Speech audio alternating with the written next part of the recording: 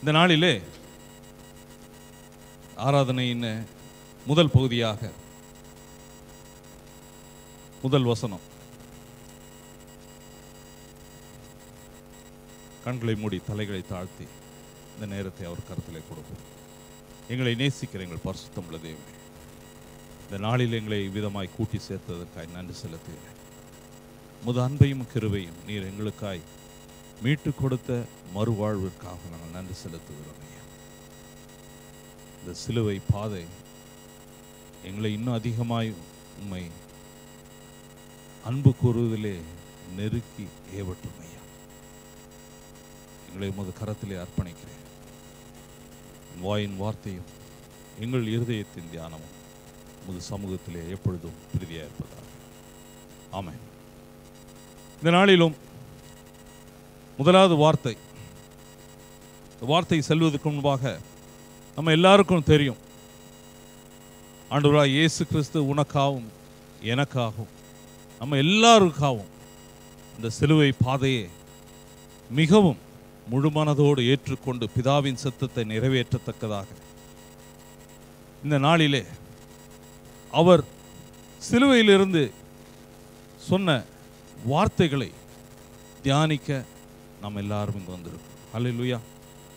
அது ஒரு கடந்து போன ஒரு காரியம். ஆனால் நமக்காய் வெற்றியாய் சுதந்தரித்து கொடுத்த, வெற்றியாய் அதை பெற்று நமக்கு கொடுத்த அந்த அன்பு, அந்த தேவன், அந்த மாறாத ஆண்டவர் நம்மளோடு இன்றும் இருக்கிறார். அல்லேலூயா. அது ஒரு நாளும் மாறினதில்லை. அல்லேலூயா. அந்த அன்பு ஒரு நாளும் நம்மளை விட்டு விலகினதில்லை. அந்த கிருபை ஒரு நாளும் குறைந்து போனதில்லை. யாராவது சொல்ல முடியுமா, எனக்கு நேற்று இருந்த கிருபையை விட இன்னைக்கு கிருபை கம்மியாக இருக்குது அப்படின்னு? Do we have any measure? We can't measure the grace. Hallelujah. That is the grace. We don't know, ஒரு சின்ன கொஞ்சம் கிருபை இருக்குது, எனக்கு பெரிய கிருபை இருக்குது அப்படின்னு சொல்ல முடியும். எப்போ சொன்னாலும் அது ஒரு பெரிய கிருபை இருக்குன்னு தான் சொல்ல முடியும். எப்போ பார்த்தாலும் தேவனுடைய பெரிய கிருபையினாலே நான் நல்லா இருக்குன்னு தான் சொல்லுங்க. எப்படி இருக்கீங்க அப்படின்னா, கர்த்தருடைய பெரியதான கிருபையில் நல்லா இருக்குன்னு தான் சொல்லுங்க. கர்த்தருடைய சிறிதான கிருபையில் பரவாயில்ல அப்படியே போயிட்டு இருக்கேன்னு யாரோ சொல்லியிருக்கீங்களா? யாரும் சொன்னதில்லை. கர்த்தருடைய கிருபை எப்பொழுதும் பெரிய கிருபை, மகா கிருபை, இல்லையா? ஹல்லேலூயா, ஹல்லேலூயா. இந்த நாளிலே அந்த சிலுவையிலிருந்து தேவன் சொன்ன வார்த்தைகளை எத்தனையோ வருடங்களிலே எத்தனையோ பேர் அதிகமாய் அதை ஆராய்ந்து ஆராய்ந்து ஆராய்ந்து தியானித்து கொண்டு இருக்கிறார். ஆனால் அதுக்கு ஒரு முடிவே இல்லை. That shows His love has got no end. Hallelujah. நமக்காய் கொடுத்த அந்த அன்புக்கு ஒரு முடிவே இல்லை. எந்த ஒரு கோணத்தில் எந்த ஒரு இடத்துல அதை எடுத்து சொன்னாலும் அது ஒரு முடிவில்லாத ஒரு காரியம். அவர் அன்புக்கு எல்லையே இல்லை. ஹல்லேலூயா. இந்த நாளில் பார்ப்போம். முதலாவதாக லூக்கா எழுதின சுவிசேஷம் 23ஆம் அதிகாரம் 34ஆம் வசனம். Luke's Gospel chapter 23 verse 34. அப்பொழுது இயேசு, பிதாவே இவர்களுக்கு மன்னியும், தாங்கள் செய்கிறது இன்னதென்று அறியாது இருக்கிறார்களே என்றார். Then Jesus said, Father, forgive them, for they do not know what they do. Forgiveness அப்படி என்ன? யாராவது ஒருத்தர் சொல்ல முடியுமா meaning? What is the meaning? Yes, Jason knows the meaning of forgiveness.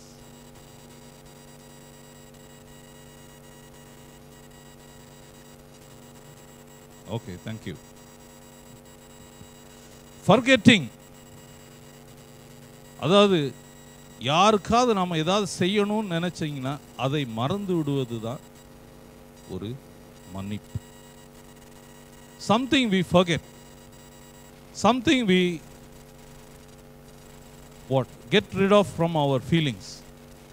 அதாவது ஒரு பழிவாங்கும் என்ற ஒரு எண்ணம் இருக்கும்போது அதை எடுத்துட்டு பரவாயில்ல அப்படின்ட்டு நம்ம அதை விட்டு விடுவது தான் மன்னிப்பு. அதாவது அதை விட்டு விடுவது மாத்திரம் இல்லை, மீண்டும் பழைய ஒரு உறவுக்குள்ளே கடந்து செல்வது தான் மன்னிப்பு. Again, forgetting and restoration to the original relationship. We don't again keep on thinking what that person has done. We just leave it. We erase that. We erase the feeling. We erase the emotions. We erase the feeling, and we go just like before that incident happened. அதான் மன்னிப்பு. மன்னிப்பு எடுத்து பார்த்தீங்கன்னா நிறைய மீனிங்ஸுக்கு தராங்க. But lot of things நம்மளுடைய வேதத்தை ஒத்து தான் இருக்குது. மன்னிப்புனா அதிலிருந்து தான் நமக்கு அதிகமாக விளக்கம் கிடைக்கும். ஒரு மனிதன் கடைசி நேரத்திலே தன்னுடைய மூச்சை விடும்பொழுது அவர் என்ன சொல்றார் என்பதை அதிகமாக எல்லாரும் கவனிப்பாங்க. கடைசி நேரத்தில் what he is telling the last moment, என்ன சொல்றார் அப்படின்னு சொல்றாரு. ஒரு பொலிட்டிஷியனாக இருந்தால் என்ன சொல்றாரு அப்படின்னா அவர் என்ன சொல்லுவார்? கட்சியை பற்றியோ அல்லது நாட்டை பற்றியோ ஏதோ சொல்லுவார் இல்லையா? ஃபாதர் யாராவது திறந்துட்டாங்கன்னா நம்முடைய அப்பா தந்தை என்ன சொத்து சுகம் எல்லாம் அதை பற்றி ஏதாவது சொல்லுவார். ஐயோ இவ்வளோ போயிடுச்சு அப்படி போயிடுச்சு. ஆனால் அந்த மாதிரி கடைசி நேரங்களிலே ஒரு மனிதனுடைய மூச்சு நிற்கும் நேரத்தில் தருவாயிலே அவன் சொல்லுகிற காரியத்தை அதிகமாய் கூர்ந்து கவனிப்பாங்க. அதிகமாக அதற்கு ஒரு ஒரு முக்கியத்துவம் கொடுப்பாங்க. கடைசி நேரத்தில் சொல்லிட்டு போயிட்டார், அது கண்டிப்பாக நான் செய்யணும் அப்படின்மா. சில கடைசி ஆசை வருது, அதனால் இதை செஞ்சு முடிக்கணும் அப்படின்வாங்க. இந்த நாளில் இந்த கடந்த சம்பவங்கள் எல்லாம் பார்க்கணும். நியூஸ்ல எல்லாம் கேட்கலாம். Last what he said like this, I love you, I really enjoyed my life அப்படின்னு சொன்னது எல்லா காரியங்களும் அவங்க குடும்பத்தில் இருக்கிறவங்கள பற்றி சொல்லுவாங்க. இந்த நேரத்தில் தேவன் வந்து சொல்லுகிற காரியம் வேறு மாதிரி. பிதாவே இவர்களுக்கு மன்னியும், தாங்கள் செய்வது இன்னதென்று அறியாது இருக்கிறார். Totally different from the normal human being. சொல்லுகிற காரியம் வந்து அந்த நிலைமையை சூழ்நிலையை நம்ம பார்த்தோன்னா, அவர் இருந்த சூழ்நிலையில் எந்த ஒரு மனிதனும் அவ்விதமான ஒரு வார்த்தையை சொல்வதற்கு அவனுடைய சிந்தனையில் கூட தோணாது. ஆனால் நம்முடைய ஆண்டவராகிய இயேசு கிறிஸ்து தொங்கினது என்னவோ மனிதனாய் தொங்கினார், ஆனால் தேவகுமாரனாய் இந்த காரியம் அவரிடத்திலிருந்து வெளிப்பட்டது. ஹல்லேலூயா, ஹல்லேலூயா, ஹல்லேலூயா. டுடே யாரும் நம்ம பாவம் செஞ்சா நான் பாவம் செஞ்சேன் அப்படின்னு ஒத்துக்க மாட்டாங்க. பாவம் செஞ்சவங்க அப்படி ஒத்துக்கிட்டு நான் they won't ask forgiveness. அதற்கு மேலே பார்த்தா மற்றவங்க செஞ்ச பாவத்திற்கு நான் ஏன் போய் நான் மன்னிப்பு கேட்கணும் அப்படின்னு வேற ஒரு சூழ்நிலையும் உண்டாகும். First we won't accept. Second, we won't ask for forgiveness. Third, other one impossible thing is we don't go and ask forgiveness for somebody's mistake. யார் செஞ்ச பாவத்துக்கோ நம்ம போய் செய்யணும்.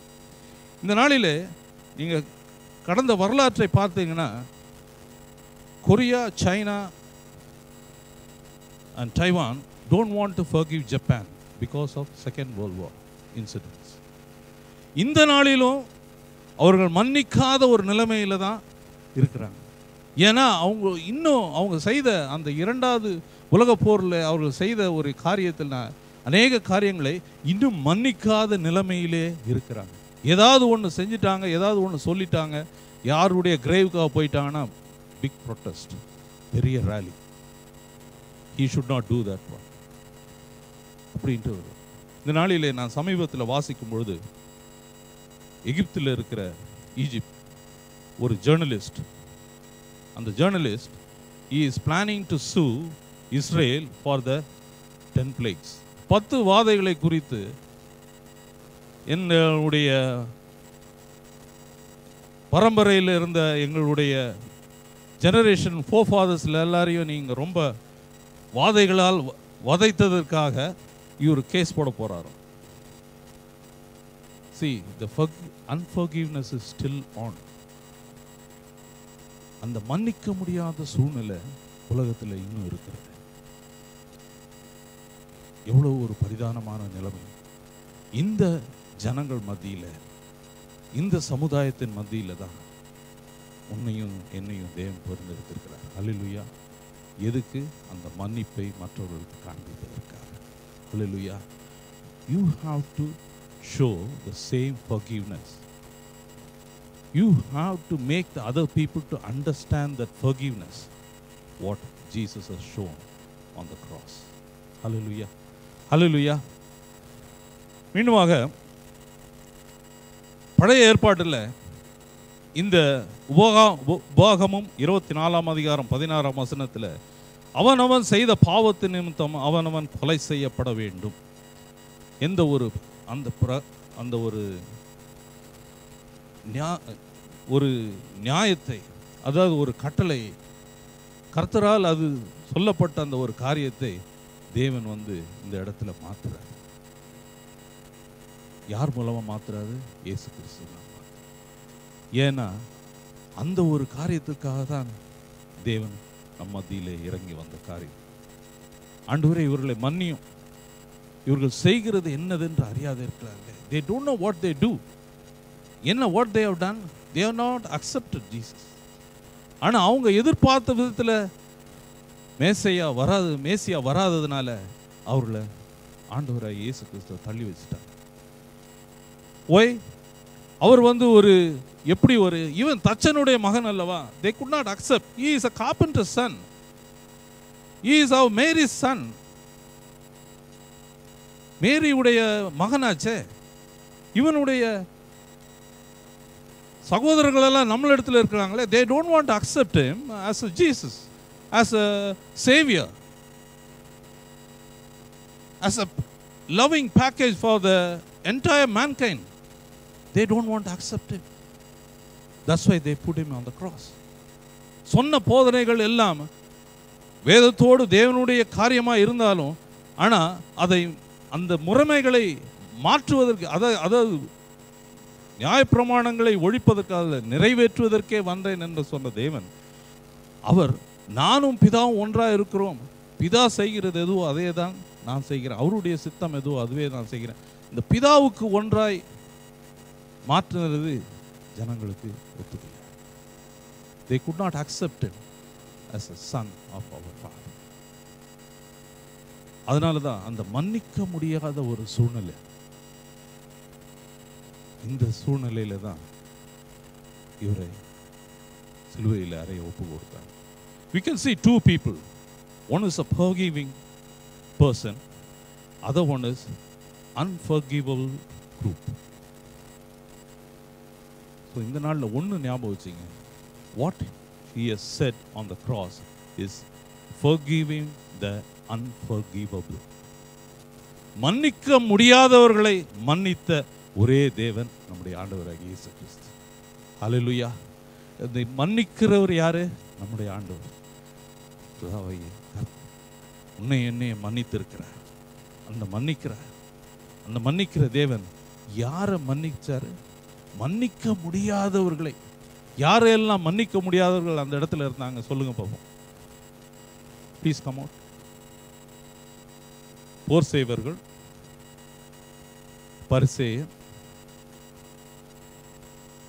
காட்டி கொடுத்தவர் இல்லை, தூரத்தில் இருந்தார், ஓகே. அவரை விட்டு ஓடி போனவங்க, அவர்களை மறியடித்தவங்க, அவங்க கல்லெறிய ஆயத்தமாக இருந்தவங்க, பொய்சாட்சிக்காரர்கள், இவர்களை எல்லாம் மன்னிக்க முடியாத ஒரு குரூப். மன்னிக்க முடியாதவர்களை மன்னித்த தேவன். That's what he said. பிதாவே இவர்களை மன்னி. So forgiving the unforgivable. That's what God has shown me on the cross. கடைசியாக இந்த ஒரு வார்த்தையினால பிதாவோடு நம்மை ஒப்புரவாக்குகிறார். ஹல்லேலூயா, ஹல்லேலூயா. 2 கொரிந்தியர் எழுதின 2 கொரிந்தியர் நிருபம்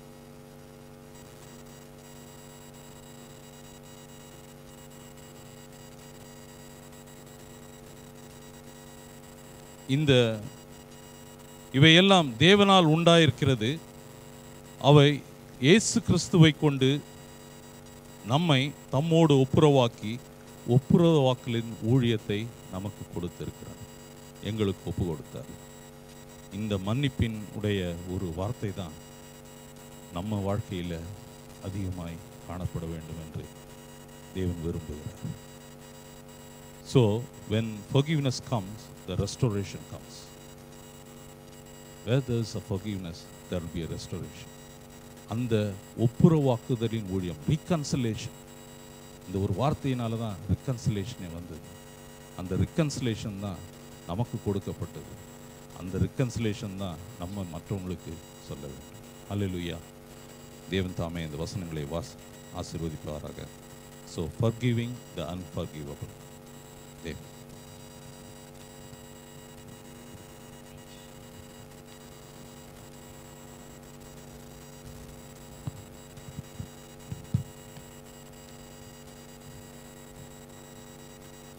இப்பொழுது நாம் சிலுவையிலே இயேசு சொன்ன இரண்டாம் வார்த்தை 43:43 சொல்லுகிறது, இயேசு அவனை நோக்கி, இன்றைக்கு நீ என்னுடனே கூட பரதேசில் இருப்பாய் என்று மெய்யாகவே உனக்கு சொல்லுகிறேன் என்று சொன்னார். எனக்கு எத்தனை பேர் இயேசுவோட பரதேசில் இருக்கணும்னு விரும்புகிறீங்க? How many of you would like to join with Jesus in heaven? எத்தனை பேர் போல்டா போடுங்க. உங்களுடைய விசுவாச அறிக்கை என்று நாம் வெளிப்படுத்துவோம் கர்த்தருக்கு முன்பாக. நான் ஒரு 8ஆம் கிளாஸ் படிக்கும்போது நினைக்கிறேன், when I was studying 8th standard, I came from Catholic background. கத்தோலிக்க சபையிலேருந்து வந்ததுனால பெரிய வெள்ளிக்கிழமை வே ஆஃப் கிராஸ் பண்ணுவாங்க. ஸோ வே ஆஃப் கிராஸ் உருக்கமாக நடத்திட்டு இருந்தாங்க ஒரு ஃபாதர், அது யாருன்னு தெரியாது. நானும் வருஷம் அந்த வே ஆஃப் கிராஸ் போவேன். ஆனால் அந்த பர்டிகுலர் வருஷம் அந்த நடத்தினதில் இயேசுவினுடைய பாடுகள் எனக்கு வெளிப்பட்டது. அப்போது ஃபுல் சர்ச், கேத்தலிக் சர்ச்சுனா லோக்கல் மெட்ராஸில் பயங்கர க்ரௌடாக இருக்கும்.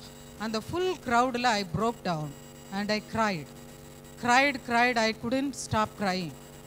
I think அன்னைக்கு தான் எனக்கு ஆண்டவர் முதலாக ரட்சிப்பை கொடுத்தாருன்னு நினைக்கிறேன். பாரம்பரியம் சில நேரத்தில் இருக்குது. இன்னைக்கு பெரிய வெள்ளிக்கிழமை இயேசுவின் பாடுகள் பட்டதெல்லாம் ஆண்டவர் உயிர்த்தெழத்தானே, நம்மளை ரட்சிக்கத்தானேன்னு சொல்லிட்டு ஆவிக்குரிய சபைகள் சொல்லி கொண்டு இருக்கிறாங்க. ஆனால் நம்ம அம்மா அப்பா கிறிஸ்துவுக்குள்ளே மரித்தாலும், ரட்சிப்பில் ஜீவியத்திலே மரித்தாலும், அவங்க டேன்னு வரும்போது நம்ம நினைவு கூறுவோம். அவங்க நமக்காக செய்த வாழ்க்கையின் காரியங்களை அதிகமாக அந்த நாளிலே மற்றவர்களுக்காக சொல்லி கொண்டிருப்போம். அதுபோல தான் இயேசு நமக்கு விலையேற பெற்ற ஒரு ரட்சிப்பை இந்த சிலுவையிலே கொடுத்து மரித்து நமக்கு நித்திய ஜீவனாகிய ஒரு உயிர்த்தெழுதலை நமக்கு கொடுத்திருக்கிறார், அவர் உயிர்த்தெழுதல் மூலம். அதனால் இந்த நாளிலே தேவன் நமக்காகப்பட்ட பாடுகளை தியானித்து அதிலிருந்து, சிலுவையிலிருந்து தேவன் நம்மோடு பகிர்ந்து கொண்ட வார்த்தைகள் நமக்கு எப்படியாக உயிர்மீட்சி தரும் என்று, இங்கே இருக்கிற எல்லாருமே ரட்சிக்கப்பட்டு ஞானஸ்தானம் பெற்று தேவனோடு வாழ்ந்தாலும் ஒரு பரிசுத்தத்தின் நினைவு கூறுதலாக இந்த நாளை நாம் கொண்டாடுவோம். வாசிப்போம். லூக்கா எழுதின சுவிசேஷம் 23ஆம் அதிகாரம் 33 43 வரை. ஒருவர் சத்தமாக வாசியுங்கள். சொல்லப்பட்ட இடத்தில் அவர்கள் சேர்ந்தபோது அங்கே அவரையும், லூக்கா 23 39 43 வரை. அன்றியும் சிலுவையில் அறையப்பட்டிருந்த குற்றவாளிகளில் ஒருவன், நீர் கிறிஸ்துவானால் உன்னையும் எங்களையும் ரட்சித்துக்கொள் என்று அவரை இகழ்ந்தான். மற்றவன் அவனை நோக்கி, நீ இந்த ஆக்கினைக்குட்பட்டவனாயிருந்தும் தேவனுக்கு பயப்படுகிறது இல்லையா? நாமோ நியாயப்படி தண்டிக்கப்படுகிறோம், நாம் நடப்பித்தவைகளுக்கு தக்க பலனை அடைகிறோம். இவரோ தகாததொன்றையும் நடப்பிக்கவில்லையே என்று அவனை கடிந்து கொண்டு இயேசுவை நோக்கி, ஆண்டவரே, நீர் உம்முடைய ராஜ்யத்தில் வரும்போது அடியனை நினைத்தருளும் என்றான். இயேசு அவனை நோக்கி, இன்றைக்கு நீ என்னுடனே கூட பரதேசியில் இருப்பாய் என்று மெய்யாகவே உனக்கு சொல்கிறேன் என்றார்.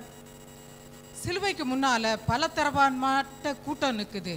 ஒன்று வேடிக்கை பார்க்குற கூட்டம். நம்ம ஊரில் பாருங்க, அதிகமாக இங்கே பார்க்க மாட்டோம்.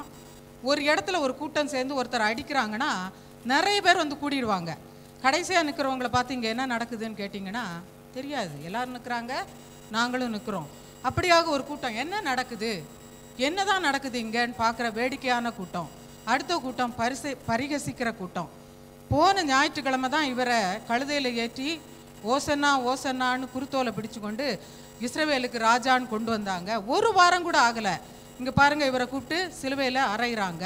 அப்படின்னு இவர் செய்தது உண்மையாக இருந்தால், இவர் தேவனுடைய மகனாக இருந்தால் இந்த காரியங்கள்லாம் இவருக்கு நடக்குமா அப்படின்னு இயேசுவை பரிகாசிக்கிற கூட்டம். மூணாவது கூட்டம், இந்த ஆள் எப்போ தேவாலயத்துக்குள்ளே நுழைஞ்சாலும் பிரசங்கிப்பார். தேவாலயத்தை இடித்து போடுங்க, 3 நாளில் நான் கட்டி முடிக்கிறேன்னு சொன்னவர். இப்போ பாரு சிலுவையில் தொங்குறாரு. எல்லாருக்கும் ரட்சிப்பை கொண்டு வருவேன்னு சொன்னார். இப்போ இவரே ரட்சிக்க முடியாமல் சிலுவையில் தொங்கிட்டு இருக்கிறாருன்னு சொல்லி வேடிக்கைக்காக வந்த கூட்டம் ஒன்று, பரிகாசத்திற்காக வந்த கூட்டம் என்று, இகழ்கிறதற்காக உன்னை ரட்சித்துக்கொள் என்று கேலி பேசுகிறதற்காக வந்த கூட்டம், இப்படியாக அநேக கூட்டங்கள் இருக்கிறது. மார்க் 15:32 சொல்லுகிறது, அவரோடு சிலுவையில் அறையப்பட்டவர்களும் நிந்தித்தார்கள் என்று. சிலுவையில் அறையப்பட்ட 2 குற்றவாளிகளும் இந்த கூட்டத்தோடு சேர்த்து அவரை நிந்தித்தார்கள் என்று மார்க் 15:32 பார்க்கிறோம். ஆனால் அந்த மார்க் 15:32 நிந்தித்த ஒருவன் லூக்கா 23:42 வரும்போது சொல்லுகிறான், ஆண்டவரே நீர் உம்முடைய ராஜ்யத்தில் வரும்போது அடியேனை நினைத்து கொள்ளும் என்று. இயேசுவே சொல்றாரு, தேவனே தேவனே என்னை ஏன் கைவிட்டீருன்றாரு.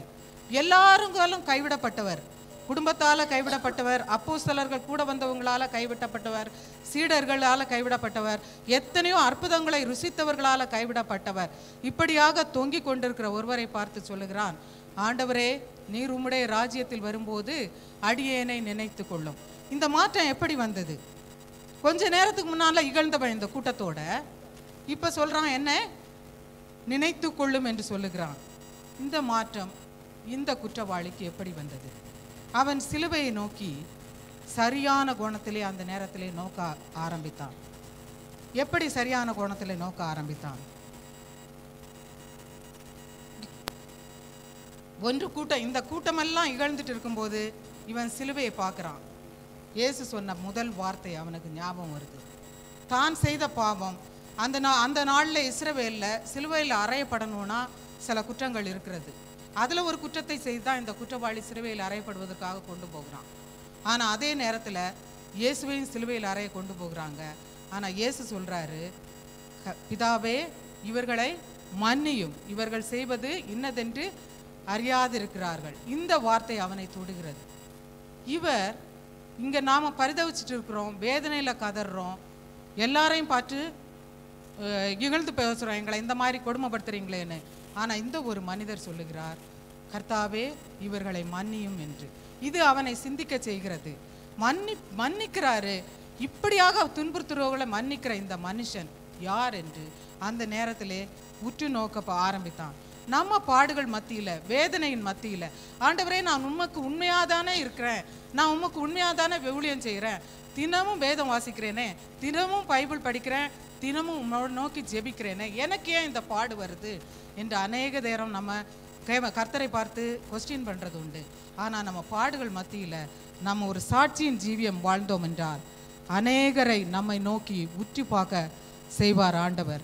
உற்று நோக்கி பார்க்கிறவர்களும் தங்களுடைய வியூவை மாற்றிக்கொண்டு இவ்வளவு நாளும் நம்மை பார்த்த கோணத்தை விட்டு கர்த்தரை நோக்கி சரியான கோணத்திலே பார்க்க தேவன் அந்த நாளிலே அவர்களுக்கு கிரியை செய்வார். 23:31 சொல்லுகிறது, 2 குற்றவாளிகள் அங்கு இருந்தார்கள் என்று. ஒருத்தன் சொல்லுகிறான், நீ கிறிஸ்துவானால் உன்னையும் எங்களையும் ரட்சித்து கொள்ளி. இதே 2 விதத்தில் சொல்லலாம். நீ கிறிஸ்து தானே, உன்னையும் ரட்சித்து எங்களையும் ரட்சிப்பா, ரொம்ப வேதனையாக இருக்குது அப்படின்னு அவன் கெஞ்சலை. அவன் சொல்லுது, வேதம் சொல்லுகிறது அவன் இகழ்ந்தான் என்று சொல்லுகிறது. ஆனால் 23:40 இன்னொரு குற்றவாளி சொல்கிறான், நீ தேவனுக்கு பயப்படுறது இல்லையா? நாம் செய்த காரியத்திற்கு தக்க பலனை அடைபடுறோம், நீ தேவனுக்கு பயப்படுகிறது இல்லையா என்று வேதம் சொல்லுகிறது. நீதிமொழிகள் 1:7 கர்த்தருக்கு பயப்படுதலே ஞானத்தின் ஆரம்பம் என்று சொல்லுகிறது. மூடர்கள் ஞானத்தையும் போதகத்தையும் அசட்டை பண்ணுகிறார்கள் என்று. ஒரு குற்றவாளி போதகத்தை அசட்டை பண்ணுகிறான். இந்த மன்னியுங்கள் சொன்ன வார்த்தை அவனுக்கு எடுபடவே இல்லை. ஆனால் இந்த குற்றவாளிக்குள்ளேயோ தேவ பயத்தை கொண்டு வருகிறது. அந்த தேவ பயம் ஞானத்தை அவனுக்கு வெளிப்படுத்துகிறது. அந்த ஞானம் சிலுவையை நோக்கி பார்க்க செய்கிறது. அவனுக்கு இயேசுவின் மேலே வைத்திருந்த முள்முடி அரச முடியாக தோன்றுகிறது. அவர் வரப்போகிற ராஜாவான்ற வெளிப்படுத்தலை அவனுக்கு கொடுக்கிறது. உடனே அவன் மற்ற கள்வனை பார்த்து சொல்லுகிறான், உனக்கு தெய்வ பயம் இல்லையா? தான் பெற்றுக்கொண்ட தெய்வ பயத்தினாலே கிடைத்த ஞானத்தில் ராஜாவாக, நம்மை ஆளப்போகிற ராஜாவாக வருகிறதை உணர்ந்த அவன் தான் பெற்ற அந்த ஞானத்தோடு அந்த தெய்வ வெளித்தாடத்தோடு நிற்கலை. உனக்கு தெய்வ பயம் இல்லையா என்று அவனை குறித்து தனக்கு கிடைத்த கொஞ்ச நேரத்திலே சுவிசேஷம் சொல்ல ஆரம்பிக்கிறான். அதனால தான் அநேக பேருக்கு கிடைக்காத ஸ்லாக்கியம். இந்த வெளிப்பாடுகள் எல்லாம் வேதத்தை நீங்கள் பார்த்தீங்கன்னா கொஞ்சம் பேருக்கு தான் கொடுக்கப்பட்டிருக்குது. அந்த காலத்தில் லூக்கா எழுதின சுவிசேஷம் 2ஆம் அதிகாரம் 25வது வசனத்தில் சிமியோனை குறித்து சொல்லுது. அவன் நீதிமானும் தெய்வ பக்தி உள்ளவனுமாக இருந்தான், இஸ்ரவேலின் ரட்சணியத்திற்காக காத்திருக்கிறானா. அநேக நாளாக காத்திருந்தவனுக்கு ஒரு வெளிச்சம் கொடுக்கப்படுகிறது. இயேசுவை கொண்டு வரும்போது சொல்கிறான், இஸ்ரவேலருக்கு ரட்சிப்பை நான் காண்கிறேன்னு சொல்லிட்டு. 84 வயசு அன்னாள் இரவும் பகலும் உபவாசித்து ஜெபம் பண்ணி ஆலயத்தை விட்டு விலகாமல் இருந்த அவளுக்கு வெளிப்படுகிறது ரட்சிப்பு வர காத்திருந்த நாம, இஸ்ரவேலின் ரட்சிப்புக்காக காத்திருந்தவர் இவர்தான் என்று. 3.5 வருஷம் இயேசுவோடு சுற்றின அப்போஸ்தலர்கள், அவர்களுக்கு யோவான் 14ஆம் அதிகாரம் 3வது வசனத்தில் ஒரு நாள் இயேசு பேசிட்டு இருக்கும்போது சொல்கிறாரு, நான் போய் பரலோக ராஜ்யத்தில் அநேக ஸ்தலங்கள் உண்டு, நான் போய் உங்களுக்காக ஒரு ஸ்தலத்தை ஆயத்தப்படுத்தி திரும்பி வந்து உங்களை கொண்டு செல்வேன்னு சொல்கிறாரு. உடனே தோமா கூப்பிடுறாரு. அப்போ சொல்கிறாரு, நானே வழியும் சத்தியமும் ஜீவனும் சொல்கிறாரு. உடனே தோமா கேட்குறாரு, நீங்கள் எங்கே போகிறீங்கன்னே தெரியாது ஆண்டவரே, வழியை நாங்கள் எப்படி தெரிந்து கொள்வதுன்னு கேட்குறாரு. ஆண்டவர் சொல்கிறாரு, அடுத்த வசனத்தில் சொல்கிறாரு,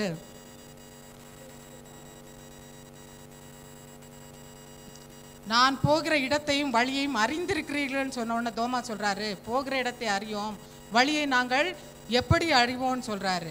உடனே இயேசு சொல்கிறாரு, நானே வழியும் சத்தியமும் ஜீவனும்னு சொல்கிறாரு.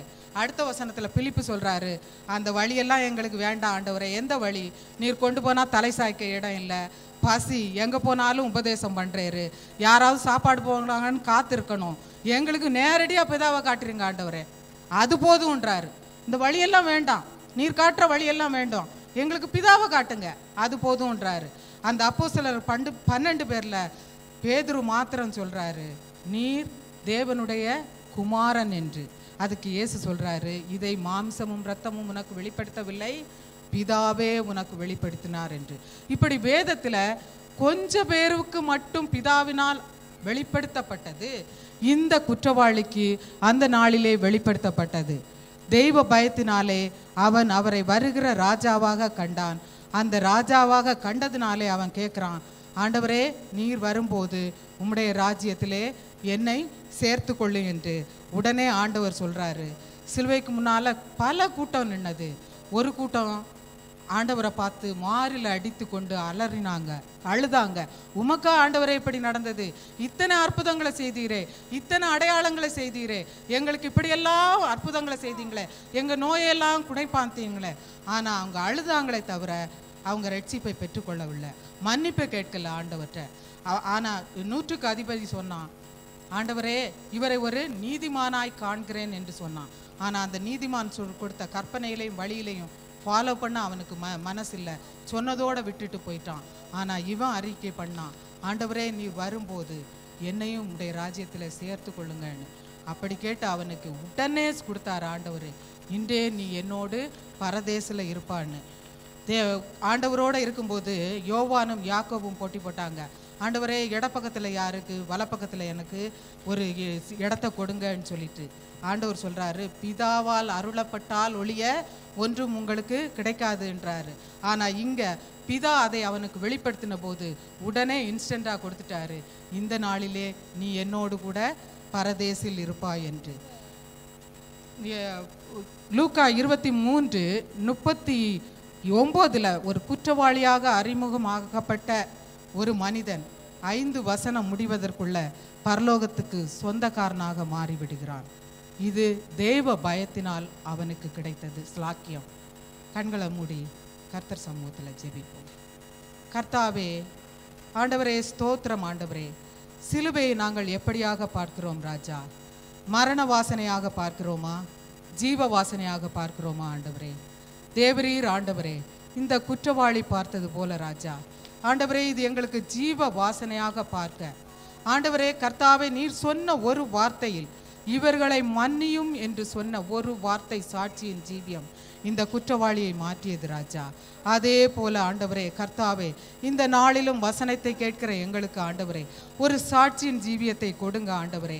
மற்றவர்களுக்கு நாங்கள் சாட்சியாய் ஜீவிக்க தேவரீர் கிருபை தாருங்க ராஜா. ஆண்டவரே ஹல்லேலூயா. அது அவனுடைய பாவ உணர்வை கர்த்தாவே தூண்டி ரட்சிப்பை பெற்றது போல ராஜா, இந்த நாளில் எங்களில் கர்த்தாவே ரட்சிப்பை ருசி பார்க்காதிருக்கிற பிள்ளைகளுக்கு ஆண்டவரே இந்த நேரத்தில் ஆண்டவரே பாவ உணர்வு ஆண்டவரே, உம்முடைய விலையேற பெற்ற ரத்தம் ஆண்டவரே எங்களுக்காக சிந்தப்பட்டது என்ற உணர்வை கொடுத்து ஆண்டவரே ரட்சிப்பிலே வழி நடத்துங்க ஆண்டவரே. அப்பா ஆண்டவரே ஹல்லேலூயா. உம்மிலே பயபக்தியோடு இருக்கும்படியாக ராஜா ஆண்டவரே, உம்மை கிறிஸ்துவாக எங்களுக்கு வரப்போகிறவராக இந்த குற்றவாளி கண்டது போல ராஜா, இந்த நாளிலே நாங்கள் கர்த்தாவே ஆண்டவரே சிலுவையில் அறையப்பட்ட இயேசுவாக உம்மை காணாமல் ஆண்டவரே அப்பா எங்களுக்கு கர்த்தாவே ரட்சிப்பை உண்டு பண்ணுகிற, எங்களை வந்து அழைத்து செல்லுகிற மகிமையின் ராஜாவாக காணும்படியாக ராஜா தேவரீர் ஆண்டவரே அநேகருக்கு இந்த குற்றவாளி கேட்டது போல உனக்கு தெய்வ பயம் இல்லையா என்று ஆண்டவரே அநேகரை தெய்வ பயத்திலே வழிநடத்தும்படியாக ராஜா ஒரு சுவிசேஷ ஊழியம் செய்யும்படியாக ராஜா இந்த நாளில் இந்த வார்த்தை ஆண்டவரே எங்களுக்கு கர்த்தாவே ஆண்டவரே விளங்க வேண்டும் என்று ஜெபிக்கிறேன் ஆண்டவரே. குற்றவாளி அறிக்கையிட்டது போல ராஜா விசுவாச அறிக்கைகள் எங்கள் வாயிலிருந்து வரட்டும் ராஜா. ஹல்லேலூயா. ஆண்டவரே நீர் வரும் நாளிலே ஆண்டவரே அப்பா உம்மோடு என்னை சேர்த்து கொள்ளும் என்று ஆண்டவரே குற்றவாளி கேட்டது போல ஆண்டவரே எங்கள் வாயின் வார்த்தைகள் ஆண்டவரே விசுவாச அறிக்கைகளை கர்த்தாவை முன் உம்முடைய முன்பு வைக்கத்தக்கதாக ராஜா தேவரீர் கிருபை தாருங்க ஆண்டவரே. இங்கிருக்கிற இந்த சபையில் இருக்கிற ஒவ்வொருவரையும் இந்த குற்றவாளி ஆண்டவரே பரலோகத்துக்கு சொந்தக்காரன் ஆனது போல ராஜா இந்த ஆராதனையிலே கலந்து கொண்டிருக்கிற ஒவ்வொரு ஆத்மாவையும் ஆண்டவரே முன்குறித்து பரலோக ராஜ்யத்திற்கு உம்மோடு கூட இருக்கிற சொந்தக்காரர்களாக மாற்ற வேண்டும் என்று ஜெபிக்கிறேன், துதிக்கிறேன், ஸ்தோத்தரிக்கிறேன். எல்லா துதி கன மகிமையும் இயேசுவின் இனிய நாமத்தில் பிதாவே. இந்த நாளிலும் அவருடைய பாடு மரணங்களை தியானிக்கும்படியாக வந்திருக்கிற நம் மத்தியிலே அவர் தொடர்ந்து தம்முடைய வார்த்தையின் மூலமாக அவர் பேசுவாராக. பொதுவாக அரசியல் தலைவர்களாக இருந்தாலும் சரி, குடும்ப தலைவராக இருந்தாலும் கடைசி நேரத்தில் சொன்ன வார்த்தைக்கு முக்கியத்துவம் கொடுப்பார்கள். அதே போல ஆண்டவராய் இயேசு கிறிஸ்து கடைசியாக சொன்ன வார்த்தையில் அநேக காரியங்கள் முக்கியப்படுத்தப்படுகிறது. இன்னைக்கு சபைகளில் அதை பாரம்பரியமாக பேசி கொண்டிருக்கிறாங்க. ஆனால் அதில் முக்கியமான ஆலோசனைகள் நமக்கு இருக்குது. அதை நாம் உணர்ந்து செயல்பட்டால் நம்முடைய வாழ்க்கையில் ஒரு பெரிய ஆசீர்வாதம் இருக்கிறது. இந்த வேளையில் அவர் சிலுவையில் சொன்ன அந்த 3வது வார்த்தையும் 4வது வார்த்தையும் கொடுக்கப்பட்ட 20 நிமிஷத்துக்குள்ள நான் சொல்ல வேண்டும். 3வது வார்த்தை 3 வசனங்களில் அது வரக்கூடியதாக இருக்கு. 3 வசனங்களில் பார்க்குறோம். யோவான் 19வது அதிகாரம் 25, 26, 27 3 வசனங்களில் 3 வார்த்தைகளை பார்க்கிறோம். இந்த 3வது வார்த்தையை 3 வசனங்களில் நம்ம பார்க்கிறோம். இதில் 3 நபர்கள் சம்பந்தப்பட்டிருக்கிறாங்க. 3 வகையான அன்பை பற்றி அங்கு சொல்லப்பட்டிருக்குது. முதலாவது ஒரு அன்புள்ள தாயை பார்க்கிறோம். 25வது வசனத்திலே ஒரு அன்புள்ள தாய்,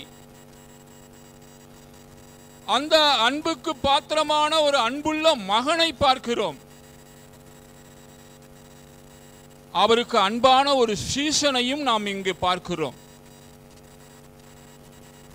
அங்கு 25வது வசனத்திலே அவருடைய தாயாகிய மரியாளும் அவருடைய உடன் பிறந்த சித்தியும் மகதலேனா மரியாளும் கல்வாரியிலே சிலுவையின் அருகிலே வந்து அவர்கள் நின்று கொண்டிருக்கிறார்கள்.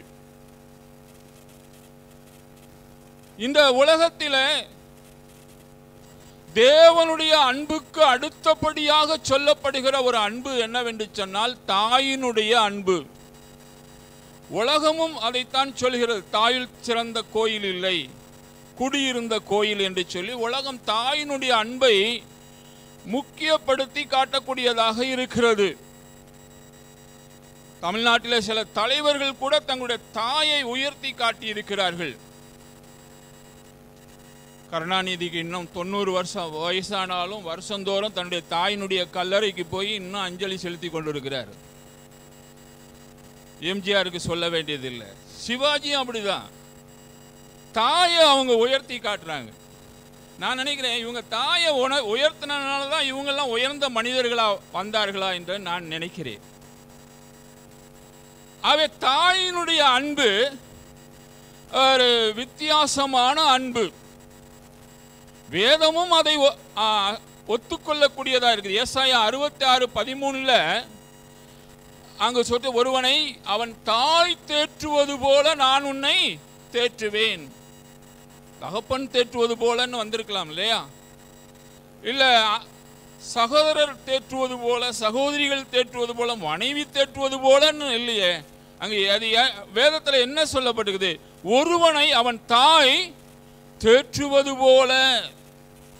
ஏசாயா 49:15 சொல்லப்பட்டிருக்குது, ஸ்திரியானவள் கற்பத்தின் கனியை மறப்பாளோ.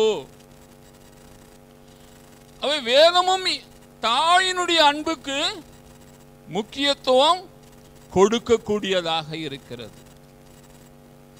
ஆகவேதான் பாருங்க, அவர்கிட்ட எவ்வளவோ நன்மைகளை, ஆசீர்வாதங்களை பெற்றவங்க, அற்புதங்களை பெற்றவங்கெல்லாம் இங்க கல்வாரி சிலுவை அண்டையில இல்லை. அவரை பிடிச்சோன்னே எல்லாம் ஓடிட்டோம். மேய்ப்பனை வெட்டுனோன்னு ஆடுகள்லாம் சிதறி ஓடின மாதிரி எல்லாம் ஓடிட்டாங்க. யாரு தான் வந்து நிக்கிறா? சிலுவை அண்டையில யார் வந்து நிக்கிறா? அந்த இரத்த சம்பந்தமான உறவு. சில பேர் என்ன செய்யறாங்கன்னா, இரத்த சம்பந்தமான உறவுகளை எல்லாம் புறக்கணிச்சிடுறாங்க. எனக்கு ஆவிக்குரிய உறவு இருந்தா போதுங்க, இரத்த சம்பந்தமான உறவுலாம் எனக்கு வேணாயா அப்படின்னு புறக்கணிச்சிடுறாங்க. ஆனா இந்த இரத்த சம்பந்தமான உறவு எது வரைக்கும் தொடருது? அவருடைய மரணம் வரைக்கும், கல்வாரி வரைக்கும் அந்த இரத்த சம்பந்தமான உறவு தொடர்கிறது. அந்த உறவை இயேசு கிறிஸ்து புறக்கணிக்கல, அந்த உறவை புறக்கணிக்கல. எனக்கு ஆவிக்குரியவங்க இருந்தா போதும், ஆவிக்குரிய நம்ம ஆமிசத்தின்படி யாரையும் அறியலன்னு சொல்லி அந்த இரத்த சம்பந்தமான தாயையோ தாயினுடைய சகோதரியையோ அவர் புறக்கணிக்கல. அவ்வளவு வேதனைப்பட்டு கொண்டிருக்கிற அந்த நேரத்தில் கூட அவருடைய கண்கள் யாரை பார்க்குது? தனக்கு அருகில் இருக்கிற அந்த தாய். அந்த இரத்த சம்பந்தமான உறவை அவர் பார்க்கிறார். தமிழ்நாட்டில் கீர்த்தனையில் கூட ஒரு பாட்டு இருக்குது, தாயின் தயவுடையான் சேயன் கண் மூடுகையில் ஒரு பாட்டு. தினகரன் அடிக்கடி பாடுவார் அந்த பாட்டு. தாயினுடைய, இவருக்கு யாருடைய தயவு இருக்கு? பிதாவுடைய தயவு இருக்குது. அது இருந்தா போதும்னு அவர் நினைச்சார. தாயினுடைய தயவும் வேண்டும். தாயினுடைய தயவை அவர் பெற்றிருந்தார். அதனாலதான் தாய் மேல ஒரு அந்த நேரத்தில் அவருக்கு ஒரு கரிசனை. தாய் ஏன்னா ஒரு குடும்பத்தில் ஒரு மூத்த மகனாக இருந்து சில பொறுப்புகளை கவனித்து கொண்டு இருந்திருக்கலாம். இவன் நமக்கு பிறகு நம்ம அம்மா என்ன செய்வாங்கன்னா, தன்னுடைய தாயை குறித்த ஒரு பாரம், பாசம் நிறைந்த ஒரு தாய், பாசம் நிறைந்த ஒரு மகனையும் நாம் இங்கே என்ன செய்கிறோம்? பார்க்கக்கூடியவர்களாக நாம் இருக்கிறோம். ஆகவேதான் அவர் தன்னுடைய பின்னதாக அருகில் இருக்கிற சீசனை பார்த்து அவர் சொல்றாரு, அதோ உன் தாய். தாயை பார்த்து என்ன சொல்றாரு? அதோ உன் மகன் என்று சொல்லி அந்த நேரத்தில் கூட தன்னுடைய தாயின் மேல் ஒரு கரிசனை உள்ளவராக இருக்கிறார்.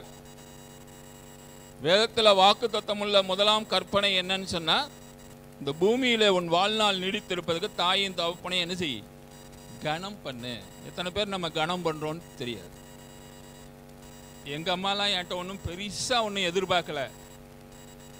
நான் அவங்களுக்கு பண உதவி செய்யணும்னு அவங்க எதிர்பார்க்கல. அவங்க தான் எனக்கு பண உதவி செஞ்சுக்கிட்டு இருந்தாங்க கடைசி வரைக்கும். ஆனா ஒன்னே ஒன்று சொல்லுவாங்க, ஒரு கடிதம் போடு, ஒரு 15 நாளைக்கு ஒரு தடவை ஒரு கடிதம் மட்டும் எனக்கு போடு, மாசத்துக்கு 2 கடிதம் போடுன்னு சொல்லி அதைத்தான் என்னுடைய தாயார் என்கிட்ட எதிர்பார்த்தாங்க. சில நேரங்களில் நான் மறந்துடுவேன், கடிதம் போட மறந்துடுவேன். 1 மாசம் கூட மறந்துடுவேன், 2 மாசம் கூட மறந்துடுவேன். திடீர்னு ஆவியானவர் எனக்கு ஞாபகப்படுத்துவார். ஓடி போய் போஸ்ட் ஆஃபீஸில் போய் ஒரு கார்டு, 15 பைசாவுக்கு ஒரு கார்டு வாங்கி ஒரு லெட்டர். இதைத்தான் எங்கள் அம்மா என்கிட்ட எதிர்பார்த்தாங்க. அதை கூட நம்ம சில நேரங்களில் செய்ய தவறி விடுகிறோம். ஆகவே இயேசு கிறிஸ்து அப்படிப்பட்டவர் அல்ல. நானே இங்கே வேதனைப்பட்டுக்கிட்டு இருக்கேன், உன்னை எங்க நினைக்கிறதுக்கு எனக்கு நேரம் இருக்குன்னு சொல்லி அவர் நினைத்தாரா? அந்த தாயை அவர் கண்ணோக்கி பார்க்கிறார். அந்த தாய்க்கு ஒரு ஆதரவை அவர் உண்டு பண்ணக்கூடியவராக இருக்கிறார். இன்னைக்கு வேதம் கூட அப்படி என்ன சொல்லுதுன்னு சொல்லி நீங்க பார்த்தீங்கன்னா, நீதிமொழிகள் புத்தகம் 23:22 உன் தாய் வயது சென்றவளாகும் போது அவளை என்ன செய்யாத, அசட்டை பண்ணாத. போங்க, உங்களுக்கு ஒன்றும் தெரியாது, உங்க காலம் வேற எங்க காலம் வேற, ஒன்றும் தெரியாது, போங்க போங்க அப்படின்னு அசட்டை பண்ணாதேன்னு சொல்றாரு. அதே நீதிமொழிகள் 23:22 23, 24, 25 வசனத்தில எல்லாம் பார்த்தீங்கன்னா, ஞானமுள்ள பிள்ளையை பெற்றவள் மகிழ்வாள், உன்னை பெற்றவள் மகிழ். நம்மளை பெற்ற தாயை தகப்பன்லாம் மகிழ்கிறாங்களா இல்லை வேதனைப்பட்டுக்கிட்டு இருக்காங்களா?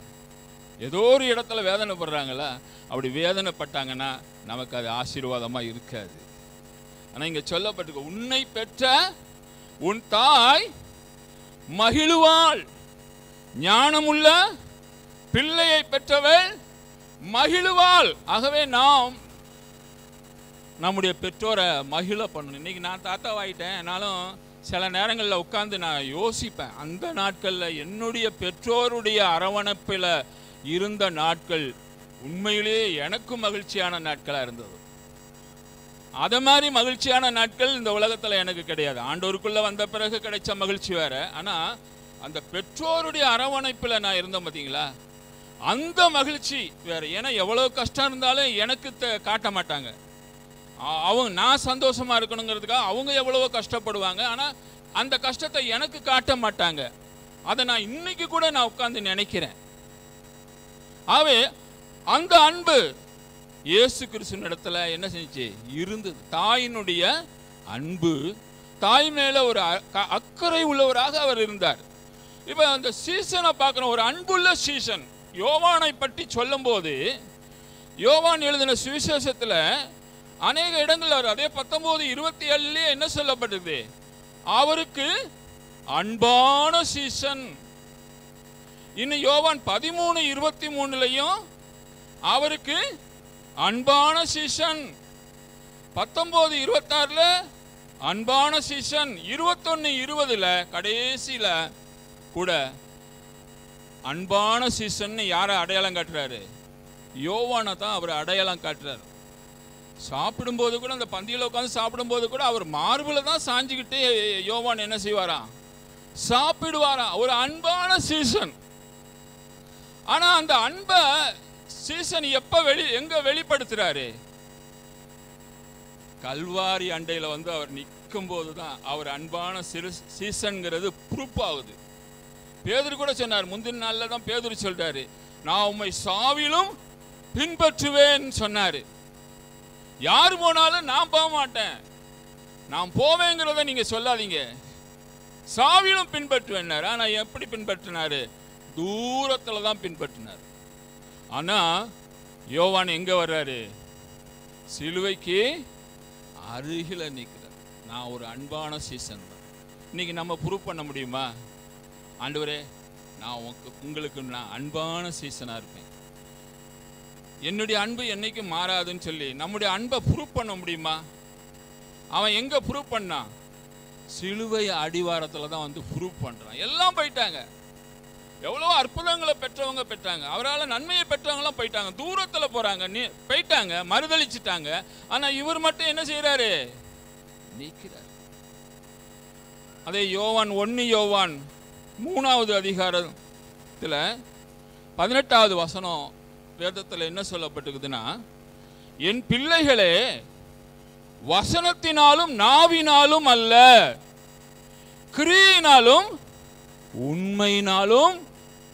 ஏதோ வாய்ப்பேச்சு அல்ல, வாய்ப்பேச்சில மயங்குற தேவன் நம்முடைய தேவன் அல்ல, வாயளவுல உதட்டளவுல அல்ல. எப்படி அன்பு கூறணுமா?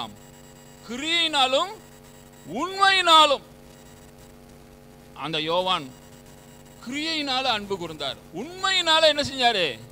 அன்பு கூர்ந்தார். அந்த அன்பு தான் அவரை கொண்டாந்து கல்வாரி அண்டையில கொண்டு போய் நிறுத்தினுச்சா. இவனையும் பிடிச்ச சிலுவையில் அறையலாம், அதுக்கும் அவர் ஆயத்தமா தான் வந்து நிற்கிறார். அவருக்காக நான் மரிப்பதற்கும், பவுல் சொல்வது போல அவருக்காக மரிப்பதற்கும் நான் ஆயத்தமா இருக்கிறேன். அந்த அன்பு, கிறிஸ்துவின் அன்பை விட்டு என்னை பிரிப்பவன் யாருன்னு பவுல் அறைகூவல் விட்டார். அதே போல அந்த அன்பு இருந்ததுனாலதான் அந்த அன்பை அவர் கிரியையில காட்டுறாரு. அத உண்மையான அன்பு. நான் உண்மையான இயேசு கிறிஸ்துவே அவர் சொல்றாரு, இவன் அன்பான சீசன். அவர் உயிர் தெழுந்த பிறகு அவனை பத்தி சொல்லும் போது அவன் அன்பான சீசன் தான் சொல்றாரு. அந்த அன்பு அங்க சிலுவை கல்வாரி அண்டையில வரைக்கும் வந்தது. நமக்கு சின்ன பாடு கஷ்டம்னா ஆண்டவரும் வேணாம், சபையும் வேணாம், சத்தியமும் வேணான்னு சொல்லிட்டு டாட்டா கட்டிட்டு ஓடிடுறோம், சின்ன பிரச்சனை வந்த. ஆனா உண்மையான சீசன், அன்பான சீசன் கல்வாரி ஆண்டையில் ஆண்டவர் பாருங்க. கடைசி நேரத்தில் ஒரு பொறுப்பு அவன்கிட்ட கொடுக்குறாரு. அவனை பார்த்து சொல்றாரு, அதோ உன் தாய். பெத்த தாயே கவனிக்க முடியல, நான் இந்த தாயை எங்க கவனிக்கிறது அப்படின்னு தட்டு கழிச்சானா? பெத்த தாயே கவனிக்க முடியலையா, இந்த தாயை வேற நான் சுமக்கணுமா? இது ஒரு எக்ஸ்ட்ரா லக்கேஜா எனக்கு? இதை போய் கடைசி நேரத்தில் ஏன்ட்ட கொடுக்குறீங்களே அப்படின்னு சொன்னாரா? அங்க வசனம் அழகா சொல்லுது, அந்நேரம் முதற்கொண்டு. அந்நேரம், அந்த நாள் முதல் கொண்டுன்னு கூட போடல, அந்நேரம். ஆண்டவர் சொன்னார்ல, அந்நேரம் முதற்கொண்டு அவளை தன்னுடைய தாயாக அவன் என்ன செஞ்சான்? ஏற்றுக்கொண்டான். ஹல்லேலூயா. இன்னைக்கு வந்திருக்கீங்க, உங்ககிட்ட ஆண்டவர் ஏதாவது ஒரு பொறுப்பை சொல்றாரு, அதை எத்தனை பேர் ஏற்றுக்கொள்ள போறீங்க? சாக்கு போக்கு சொல்றதுக்கு 1000 சாக்கு போக்கு இருக்குது, அதை சொல்லுவோம். இன்னும் தான் நினைச்சேன், ஆனா முடியாது, என்னால முடியாது, எனக்கு ஞானம் இல்லை, திறமை இல்லை, அதெல்லாம் முடியாதுன்னு பொறுப்புகளை தட்டுக்கழிக்கக்கூடியவர்கள் நிறைய பேர் இருக்காங்க. ஆனா இவர் கடைசி நேரத்தில் ஒரே ஒரு காரியம்ப்பா, எங்க அம்மாவை நீ கொஞ்சம் பார்த்துக்குவியாப்பா, நான் இருக்கிற இடத்துல நீ கொஞ்சம் இருந்து பார்த்துக்குவியாப்பா அப்படின்னு சொன்ன உடனே அந்நேரம் முதற்கொண்டு என்ன செஞ்சாரு? அதான் அன்பான சீசனுக்கு அடையாளம். ஹல்லேலூயா. அவை நமக்கு குடும்பத்தில் பொறுப்பு இருக்கலாம், வேலை ஸ்தலத்தில் பொறுப்பு இருக்கலாம், சபையில் பொறுப்பு இருக்கலாம். எந்த பொறுப்பையும் நாம் என்ன செய்யக்கூடாது?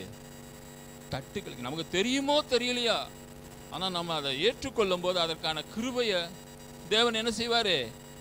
கொடுப்பார். ஹல்லேலூயா. ஆகவே அதுதான் அன்பான சீசனுக்கு அடையாளம். ஒரு அன்பான தாய், ஒரு அன்பான மகன், ஒரு அன்பான சீசன். இதை தான் பார்க்குறோம். அடுத்து 4வது வசனம், மார்க்கு 15:34 வசனத்திலே 4வது வார்த்தை, என் தேவனே, என் தேவனே, ஏன் என்னை கைவிட்டீர்? ஏலி ஏலி லாமா சபஸ்தானி. என் தேவனே, என் தேவனே, ஏன் என்னை. இந்த வசனம் ஒரு சர்ச்சைக்குரிய வசனமா இருக்குது. இந்த மதவாதிகள்லாம் என்ன பண்றாங்க? அவரு ஒரு கடவுளை நோக்கி கூப்பிடுறாரு, அந்த கடவுளும் அவரை கைவிட்டாரு. நீ ஏன்டா இயேசு பின்னாடி போற? அந்த இயேசு பின்னாடி நீ போற? அவரே கைவிடப்பட்ட நிலைமையில காணப்படுறாரு. அவரே ஏதோ ஒரு தெய்வத்தை நோக்கி கூப்பிடுறாரு, அந்த தெய்வமும் அவரை கைவிட்டுட்டு நீ அந்த இயேசு பின்னாடி போறியா அப்படின்னு விதண்டாவாதம் பேசுவாங்க. இது ஒரு சர்ச்சைக்குரிய ஒரு வசனமா இருக்குது.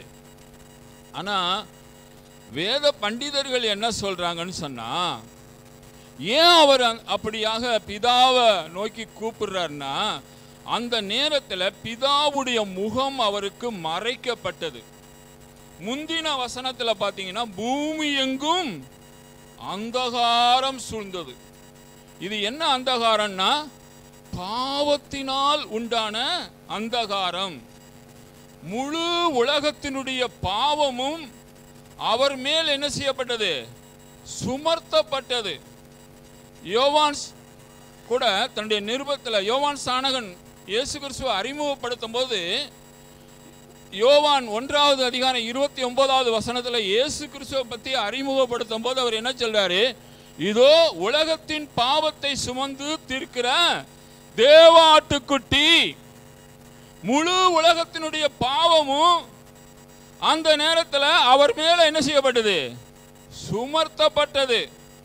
அது மட்டுமல்ல, இன்னொரு வசனம் தெளிவாய் சொல்லுது. 2 கொரிந்தியர் 5:21 பாவம் அறியாத அவரை நமக்காக பாவமாக்கினார். பாவம்னா என்னன்னே தெரியாது, பொய்னா என்னன்னே தெரியாது, பாவத்துக்கு அவருக்கு ஒரு சம்பந்தம் கிடையாது. ஆனா நமக்காக அவரை பாவமாக்கினார். தேவ சாயல்ல இருந்தவர் இப்ப என்ன மாறிட்டாரு? பாவ சாயல். பாவம் அப்படியே அவர் மேல் முழு உலகத்தினுடைய பாவமும் சுமர்த்தப்படுது. இப்போ ஒரு பேப்பர்ல நல்ல அழகான ஒரு பூவை வரைஞ்சி வச்சிருக்கிறோம். திடீர்னு ஒரு இங்கு கொட்டி முடிஞ்சிட்டுனா அந்த பூ தெரியுமா? தெரியாது. அழகான பூ தான், மேல ஒரு இங்கு. அப்ப இந்த இங்கோட கரை தான் தெரியுமே ஒழிஞ்சு உள்ளர இருக்கிற பூ தெரியாது. அதே மாதிரி தான் முழு உலகத்தினுடைய பாவமும் அவர் மேல் சுமத்தப்பட்டது. நமக்காக அவரை பாவமாக்கினார். அந்த பாவ பிரசன்னம் தேவ பிரசன்னத்தை நம்மளை விட்டு அகற்றக்கூடியதா இருக்குது. பாவ தேவனுடைய முகத்தை நமக்கு மறைக்கக்கூடியதாக இருக்கிறது. அந்த இருள் இந்த ஒளிய மறைக்கக்கூடியதா இருக்குது. அது பார்க்க முடியல. பிதாவுடைய முகத்தை கொஞ்ச நேரம் பார்க்க முடியல, மறைக்கப்பட்டது. இன்னொரு கருத்து சொல்றாங்க வேத பண்டிதர்கள். என்ன கருத்து சொல்றாங்கன்னா, தன்னுடைய குமாரன் அந்த படுகிற பாடை பார்க்கிறதற்கு பிதாவுக்கே மனசு இல்லாம பிதாவே தன்னுடைய முகத்தை திருப்பி கொண்டார். இவ்வளவு பாடுகள் தன்னுடைய குமாரன், தன்னுடைய சொந்த குமாரன், செல்லகுமாரன் தனக்கு எதிரே படுகிற அந்த பாடுகளை பார்க்க அவருக்கு மனதில்லாமல் தன்னுடைய முகத்தை திருப்பி கொண்டார். அதனாலதான் அவர் அப்படி சொல்றாருன்னு சொல்றாங்க. ஆனால் இங்கு நாம் அறிந்து கொள்ள வேண்டிய ஒரு சத்தியம் என்னன்னு தெரியுமா? நாம் தேவ பிரசன்னத்தை, ஒரு தேவனுடைய மனிதன், ஒரு சரியான தேவனுடைய மனிதன் ஒரு நிமிஷம் கூட தேவ பிரசன்னத்தை மறந்து இழந்து அவனால வாழ முடியாது. நான் இந்த உலகத்துல எதை வேணாலும் இழக்கலாம், சொத்துக்களை இழக்கலாம், சுகத்தை இழக்கலாம், உறவுகளை இழக்கலாம். ஆனா தேவ பிரசன்னத்தை மட்டும் நாம இழக்க கூடாது. ஏதோ ஒரு காரியத்துக்கு, நாம் ஒரு சின்ன காரியத்துக்கு இடம் கொடுக்கும் போது கூட நாம் தேவ பிரசன்னத்தை இழக்கிறோம். ஒரு நாள் ஜெபம் பண்ணாம இருந்து பாருங்க, ஒரு நாள் பைபிள் வாசிக்காம இருந்து பாருங்க, ஒரு நாள் ஆண்டவருடைய கட்டளைக்கு கீழ்ப்படியாம இருந்து பாருங்க, தேவ பிரசன்னத்தை நம்ம இழக்க வேண்டிய சூழ்நிலை வரும். தமிழ்நாட்டில் ஒரு கஸ்டம்ஸ் அதிகாரி ஒருத்தர் இருந்தார். ஒரு நல்ல தேவனுடைய மனிதன். அவர் ஒரு நாள் ஆபீஸுக்கு போகும்போது அவசரத்தில் மேல் பட்டன் இல்லாத ஒரு யூனிஃபார்மை போட்டு போயிட்டார். ஆபீஸில் போய் உட்காந்தோன்னு தான் தெரியுது மேல் பட்டன் இல்லை. அவருக்கு மேலே உள்ள அதிகாரி அவரை கூப்பிட்டாருன்னா பட்டன் இல்லாமல் போய் நிற்க முடியாது. அவர் திட்டுவார். என்னடா பண்ணுறதுன்னு பார்த்தாரு. ஆபீஸில் இருக்கிற அந்த குண்டூசியை எடுத்து என்ன செஞ்சிட்டாராம், சட்டையில் குத்திட்டார். குண்டூசியை சட்டையில் குத்தினோன்னு ஆவியானவர் இருதயத்தில் குத்த ஆரம்பிச்சார். மகனே, இது உன் சொந்த உபயோகத்துக்காக வைக்கப்பட்ட பொருள் இல்லை, ஒரு குண்டூசி தான். இது ஆபீஸ் உபயோகத்துக்காக வைக்கப்பட்ட பொருள். இது உன்னுடைய சொந்த உபயோகத்துக்கு கொடுக்கப்பட்ட பொருள் அல்ல. நீ இப்போ உன்னை சொந்த உபயோகத்துக்காக என்ன செஞ்சிட்ட, குத்திட்ட. இவரு சொன்னாரா, ஐயா மேலதிகாரி கூப்பிட்டு நான் அவர்கிட்ட முன்னாடி சட்டை இல்லாமல் மேல் பட்டன் இல்லாமல் போய் நின்று அவர் என்னைய திட்டுவார். இந்த ஒரு தடவை பொறுத்துக்குங்க, ஒரு தடவை மட்டும் பொறுத்துங்க, ஒரு சின்ன காரியம் தானே, ஒரு சின்ன குண்டூசி தானே எவ்வளவோ சொல்லும் போது கொஞ்ச நேரத்தில் தேவ பிரசன்னம் இவரை விட்டு போயிட்டான். தேவ பிரசன்னத்தையே இழந்து போயிட்டாராம். ஏதோ ஒரு வெறுமையை உணர்ந்தாராம். அப்புறமேல தீர்மானம் பண்ணாராம், இந்த தேவ பிரசன்னத்தை இழந்து என்னால் ஒரு நாள் கூட இருக்க முடியாது. ஆண்டவருடைய பிரசன்னத்தை இழந்து என்னால் ஒரு நாள் கூட இருக்க முடியாது. மேலதிகாரி திட்டினாலும் சரி, திட்டினாலும் திட்டாட்டினாலும் பரவாயில்ல, என்ன பண்ணாலும் எனக்கு பனிஷ்மெண்ட் கொடுத்தாலும் பரவாயில்லை, இந்த காரியம் வேண்டான்னு சொல்லிட்டு கலட்டி மறுபடியும் அந்த இதில் போட்ட பிறகுதான் தேவ பிரசன்னம், தேவ சமாதானம் அவருக்குள்ளே வந்துச்சான். நம்ம சின்ன சின்ன காரியம் நினைக்கிறோம். ஆபீஸ் பொருளை மூட்டை கட்டியே வீட்டுக்கு என்ன செஞ்சிடறோம், எடுத்துக்கிட்டு பேப்பர் எல்லாம் எடுத்து மூட்டை கட்டியே கொண்டு போயிடுறோம். ஆனால் ஆண்டவர் பார்த்துக்கிட்டு இருக்காரு. ஒரு குண்டூசி காரியமாக இருந்தாலும் நமக்கு உணர்த்தக்கூடியவராக இருக்கிறாரு. ஹல்லேலூயா. அவர் உணர்த்தி நம்ம அதுக்கு கீழ்ப்படியலைன்னா நம்ம தேவ பிரசன்னத்தை உணர்வோம். ஒரு தேவ மனிதனால தேவ பிரசன்னத்தை இழந்து ஒரு நிமிஷம் கூட இருக்க முடியாது. அதனால தான் கொஞ்சம் நிமிஷம் தான் அவர் பிதாவுடைய முகம் மறைக்கப்பட்டது. முழு உலகத்தினுடைய பாவமும் அவர் மேலே, உலகமே அந்தகாரத்துக்குள்ளே போயிட்டு, அப்படிப்பட்ட நேரத்தில் பிதாவுடைய முகம் மறைக்கப்பட்டதுனால தான் அவர் என்ன பண்ணுறாரு, என் தேவனே என் தேவனே ஏன் என்னை. யோபுடைய வாழ்க்கையில் கூட சொத்துக்களெல்லாம் போன பிறகு கூட அவர் அங்கலாய்க்கல, பிள்ளைங்க போனப்ப அங்கலாய்க்கல, சரீரத்தில் சுகவீனம் ஏற்பட்டு அவர் அங்கலாய்க்கல. ஒரே ஒரு நேரத்தில் அவர் அங்கலாய்க்கிறாரு. யோபுடைய புஸ்தகம் 23வது அதிகாரம் 8-9 வசனத்தை நீங்கள் பார்த்தீங்கன்னா, நான் முன்னாக போனாலும் அவர் இல்லை, பின்னே திரும்பினா அவர் இல்லை, வலது பக்கத்தில் போகிறேன் அங்கேயும் அவருடைய கிரியைகளை உணவு இல்லை, இடது பக்கத்துலையும் பார்க்குறேன். அந்த நிலைமை என்னால் தாங்கிக்க முடியாது. எவ்வளோதான் எல்லாத்தையும் இழந்தாலும் ஆண்டவர் என் கூட இருக்கிறாரு, என் கூட பேசுறாரு, அனுதினமும் என்னோட பேசுறாரு, எனக்கு ஆலோசனையை கொடுக்கிறாரு. அது எனக்கு தைரியம் அளிக்கும். ஆனால் இந்த நேரத்தில் அவர் முன்னையும் இல்லையா, பின்னையும் இல்லை, வலது பக்கத்துலையும் இல்லை, இடது பக்கத்துலையும் இல்லை. என்ன, அதை மட்டும் யோபுவால சகிச்சு கொண்டு இருக்க முடியவில்லை. ஹல்லேலூயா. ஏன்னா ஒரு தேவ மனிதனால கொஞ்ச நேரம் கூட தேவ பிரசன்னத்தை இழந்து இருக்க. ஆகவே தேவ பிரசன்னத்தை இழக்கக்கூடிய ஏதோ ஒரு கீழ்ப்படியாமை நமக்கு வேண்டாம். ஹல்லேலூயா. இந்த நாளில் ஒரு பொருத்தனை பண்ணுவோம். ஆண்டவருடைய பிரசன்னத்தை மட்டும் நான் இழந்துட மாட்டேன், அதை மட்டும் நான் இழக்கக்கூடாது. இந்த உலகத்தில் எதை இழந்தாலும் அதை மட்டும் நான் இழக்கக்கூடாது. அவர் பிரசன்னம் என்னோடு கூட இருக்கணும். யோனாவை ஆண்டவர் நினிவேக்கு போய் சொன்னார். அவர் என்ன செஞ்சிட்டார், தர்ஷீசுக்கு போனார். ஆனால் வசனம் என்ன சொல்லுது, அவன் தேவ சமூகத்தை விட்டு விலகி போனான். அவர் போச்சொன்ன இடத்துக்கு போகாம இவன் வேற இடத்துக்கு போறான். என்னத்தை இழந்து போனான், தேவ சமூகத்தை இழந்து போனான். அதனால பல நஷ்டங்களை அவன் சந்திக்க வேண்டியதாக இருந்தது. ஆகவே நம்முடைய வாழ்க்கையில தேவ பிரசன்னத்தை இழக்கிறதுக்கு, தேவ சமூகத்தை இழக்கிறது, தேவ சமூகத்தை விட்டு பிசாசு நம்மை பிரிப்பதற்கு ஒரு நாள் நாம் இடம் கொடுக்க வேண்டாம். நம்ம ஜெபம் பண்ணுவோம். ஹல்லேலூயா. உம்மை துதிக்கிறோம் தேவாதி தேவனே, ராஜாதி ராஜாவே. சிலுவையில் எங்களுக்கு கற்றுக் கொடுத்த இந்த அருமையான உபதேசங்களின் படி ஆண்டவரே, நீ உம்முடைய தாய்க்கு ஒரு அன்புள்ள மகனாய் நீர் காணப்பட்டீர் ஆண்டவரே. உமக்கு யோவான் ஒரு அன்புள்ள சீசனாய் காணப்பட்டான் ஆண்டவரே. அதே போல ஆண்டவரே, ஆண்டவரே அன்புள்ள ஒரு மகனைப் போல மகளைப் போல நாங்கள் காணப்பட உதவி செய்யும். எங்களுக்கு மேலே இருக்கிறவர்களை நாங்கள் மதிக்க, அவர்களிடத்திலும் நாங்கள் தயவை பெற்றவர்களாய் காணப்பட எங்கள் தேவனே நீர் அனுக்கிரகம் பண்ணும்படியாக ஜெபிக்கிறோம். யோவான் ஆண்டவரே அந்நேரம் முதற்கொண்டு அவளை தன்னுடைய தாயாய் ஏற்றுக்கொண்டு காலமெல்லாம் அவளுக்கு மகனாய் இருந்தது போல இந்த நாளிலே நீங்கள் கொடுக்கிற பொறுப்புகளை ஆண்டவரே ஒருபோதும் நாங்கள் அல்லல் தட்டாதபடி ஆண்டவரே, காலம் முடிவு வரை கடைசி மூச்சு வரைக்கும் அந்த பொறுப்புகளை நாங்கள் நிறைவேற்றி முடிக்க உதவி செய்ய ஆண்டவரே. உங்களையும் எங்களையும் பிரிக்கிற எந்த ஒரு பாவத்துக்கும் எங்களுக்கு இடம் வேண்டாம் ஆண்டவரே. நாங்கள் எப்போதும் இருதயத்திலே சுத்தமுள்ளவர்கள் பாக்கியவான்கள், அவர்கள் எப்போதும் தேவனை தரிசிப்பார்கள் என்று சொன்னது போல உம்மை எப்போதும் தரிசிக்கக்கூடிய, உம்முடைய முகத்தை பார்க்கக்கூடிய, எப்போதும் ஆண்டவரே உம்முடைய பிரசன்னத்திலேயே இருக்க எங்களுக்கு உதவி செய்யுங்கப்பா. பிரசன்னத்தை பிரிக்கிற எந்த ஒரு உலக காரியத்துக்கும் நாங்கள் இடம் கொடுக்காதபடி ஆண்டவரே, உங்களுடைய பிரசன்னத்திலேயே நாங்கள் வாழ்ந்து உங்களுடைய பிரசன்னத்திலேயே நாங்கள் இந்த ஓட்டத்தை முடிக்க உதவி செய்யுங்கப்பா. ஆசீர்வதிங்க இயேசுவின் நாமத்தில் பிதாவே.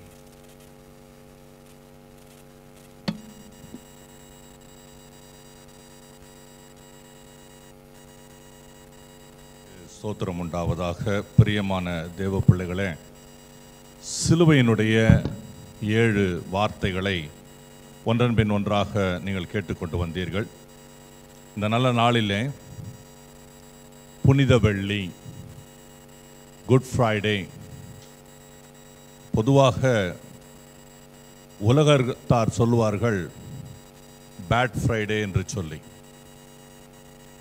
சில வெள்ளிக்கிழமைகளை அவர்கள் துரதிர்ஷ்ட நாட்களாக வைத்திருப்பார்கள். ஆனால் முழு உலகத்துக்கும் ஏதோ ஒன்று நன்மையாய் நடந்துவிட்ட காரணத்தினாலே இந்த நாளை குட் ஃப்ரைடே என்று நாம் சொல்லுகிறோம். இந்த நல்ல நாளிலே இந்த ஆராதனைக்கு முதல் முறையாக சகோதரன் குமார் அவர்களுடைய குடும்பமும், கமலராஜன், பிரபாகினி என்று சொல்லப்படுகிற அருமையான பிள்ளைகளும், ஜெயம் நோஹரன், ஜெனிஃபர் அவர்களுடைய குடும்பமும், மற்றும் பிரியங்கா உதயன் என்று சொல்லப்படுகிற ஒரு தம்பியும் வந்திருக்கிறார்கள். தயவு செய்து நீங்கள் உங்களிடத்தில் எழும்பி நில்லுங்கள். உங்களுக்காக ஜெபம் பண்ண வாஞ்சிக்கிறோம்.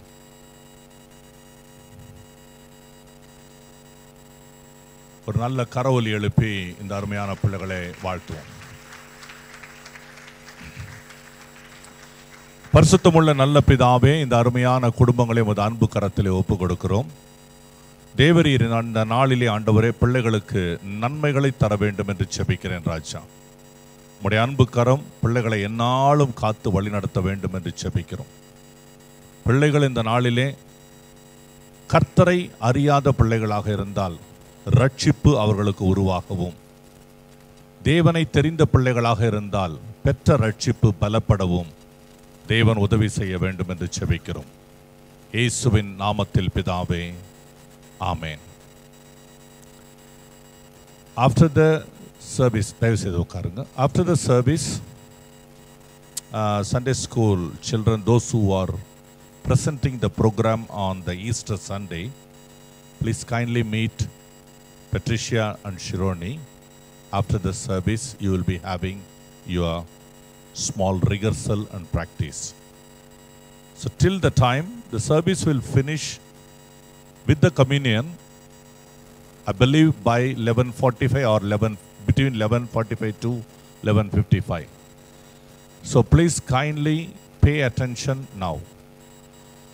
தேவனுடைய சமூகத்திலே நீங்கள் மிக ஆழ்ந்த சிந்தனையோடு, நல்ல ஒரு ஆயத்தத்தோடு இந்த வார்த்தைகளுக்கு செவி மடுக்கும்படியாய் கேட்டுக்கொள்கிறேன். ஆனால் ஒன்றை நான் உங்களிடத்தில் கேட்க விரும்புகிறேன். I just want to ask only one thing to you. எத்தனை பேர் இன்றைக்கு கர்த்தர் எனக்காக மரித்தார் என்று சொல்லி துக்கமாய் இருக்கிறவர்கள் எத்தனை பேர்? கரங்களை உயர்த்துங்க. உண்மையை சொன்ன பிள்ளைகளுக்காக கர்த்தரை ஸ்தோத்திரிக்கிறேன். கர்த்தர் எனக்காக பாடுபட்டார். அவர் மரித்தது ஒரே தரம். இப்பொழுது அவர் ஜீவனோடு தான் இருக்கிறார். ஆகவே நான் இந்த நாளை ஒரு வெற்றியின் நாளாக நினைவு கூறுகிறேன் என்று சொல்றவங்கெல்லாம் வலது கை உயர்த்துங்க. கர்த்தர் உங்களை ஆசீர்வதிப்பார். பிரியமானவர்களே, பொதுவாக இந்த புனித வெள்ளி என்று சொன்ன உடனே இயற்கையாக மனிதனுக்கு வருவது ஒரு துக்கம். யாராவது ஒருவர் மரித்து போனார் என்று சொன்னால் அதை பார்த்து சந்தோஷப்படுகிற கூட்டம் உலகத்தில் இருக்காது. ஒருவேளை கொலை வெறி மற்ற காரியங்களிலே பழி வாங்குகிறவர்கள், people who are taking revenge against people, when they see that they are dead, they may be happy sometimes. ஆனால் பொதுவாக மனித சுவாபம், the nature of man will not allow to rejoice in other people's life end, life miseries, but rather than we feel something. கடைசி நேரம் வரைக்கும் என்ன நடந்தது என்பதை குறித்து நாம் ஆராய்ச்சி செய்து கொண்டிருப்போம். ஒரு மனிதர் மரித்து போனார் என்று சொன்னால் அவர் என்ன சொன்னார் என்பதை நாம் தீர்மானமாக ஆராய்வோம். இப்பொழுது அநேக தேவ பிள்ளைகள், உங்களுக்கு வசனத்தை போதித்தவர்கள் சொன்னார்கள், ஒரு மனிதன் கடைசியாய் சொல்லுகிற வார்த்தைகள் மிக முக்கியமானது. ஏர்போர்ட்டுக்கு போகிறோம். as we go to the airport, நம்முடைய குடும்பத்தினர் நம்மிடத்திலிருந்து விடைபெற்று செல்கிறார்கள். அப்படி செல்லும் பொழுது அவர்கள் சென்ற பின்பு கடைசியாக அவர்கள் என்ன சொன்னார்கள் என்று சொல்லி நாம் கேட்பது நம்முடைய வழக்கம். We are always very eager to listen what is the last words that they have spoken. Malaysian airlines விமானமும் தொலைந்து போனதை தேடிக்கொண்டிருக்கிறார்கள். அவர்களுக்கு கிடைத்த கடைசி தகவல் என்ன? அந்த விமான ஓட்டி குட் நைட் மலேசியன் ஏர்லைன்ஸ், கடைசியாக அவர் என்ன வார்த்தை சொன்னார்? From there they started the investigating. அங்கிருந்து கொண்டு அந்த விசாரணையை அவர்கள் ஆரம்பிக்கிறார்கள். என் அருமையான தேவ ஜனமே, இந்த குட் ஃப்ரைடே, இந்த புனித வெள்ளியின் நாளிலே தேவன் சிலுவையிலே சொன்ன வார்த்தைகள் எல்லாம் அவைகள் சாதாரண வார்த்தைகள் அல்ல. அது இயேசு கிறிஸ்து பாடுபடுவதினாலே, ஒரு மனித நிலைமையிலே அவர் பாடுபட்டதினாலே கஷ்டத்தின் நிமித்தமாய் சொன்ன வார்த்தைகள் அல்ல. The words is not out of the agony or the persecution, the punishment that he had upon the cross. அப்படி ஒரு நிலைமையிலே ஆண்டவர் அந்த வார்த்தைகளை சொல்லவில்லை. மாறாக தேவன் சொன்ன ஒவ்வொரு வார்த்தையும் சத்துருவின் தலையை நசுக்கத்தக்கதாக கர்த்தர் வெற்றியின் வார்த்தையாக அந்த சிலுவையிலே முழங்கி இருக்கிறார். ஹல்லேலூயா. சத்தமா ஹல்லேலூயா. நீங்க சந்தோஷமா இருந்தா அல்லேலூயா சொல்லுங்க. துக்கமா இருந்தா நான் உங்களை கட்டாயப்படுத்தல. சந்தோஷமா இருந்தா நீங்க அல்லேலூயா சொல்லுங்க. கர்த்தர் உங்களை ஆசீர்வதிப்பார். காரணம், இந்த நாளிலே நமக்கு எதிராக இருக்கிற ஒருவன் அவன் தோற்று போனவனாக இருக்கிறான். உங்களுக்கு எதிராளி யாரு? Who is the enemy to you? என் மனைவியா? இல்ல. No, sometimes you used to say, யார் உனக்கு எதிரி? யார்? என் மனைவி தான் எனக்கு எதிரி. நாம் சுட்டி காட்டுவதிலே மிக ஆர்வம் உள்ளவர்களாக இருப்போம். Who is the enemy to you? சத்தமா சொல்லுங்க. சைத்தான் இல்ல, சரியா சொல்லுங்க. பிசாசு, சாத்தான், இந்த உலகத்தின் அதிபதி, அவன்தான் நமக்கு எதிராளி. அவனை கர்த்தர் சிலுவையிலே ஜெயித்திருக்கிறார். ஆகவே அடுத்த 3 வார்த்தைகளை சுருக்கமாய் நான் சொல்வதற்கு முன்பாக ஒரு பாடல் ஒன்றை வாசித்து பாட விரும்புகிறேன். எழுந்து நின்று கரந்தட்டி என்னோடு கூட சேர்ந்து பாடுங்கள்.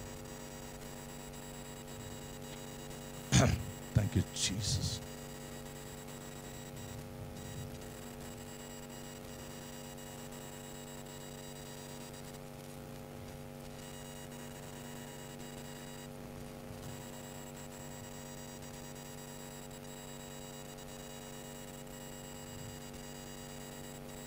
Do you have the volume here?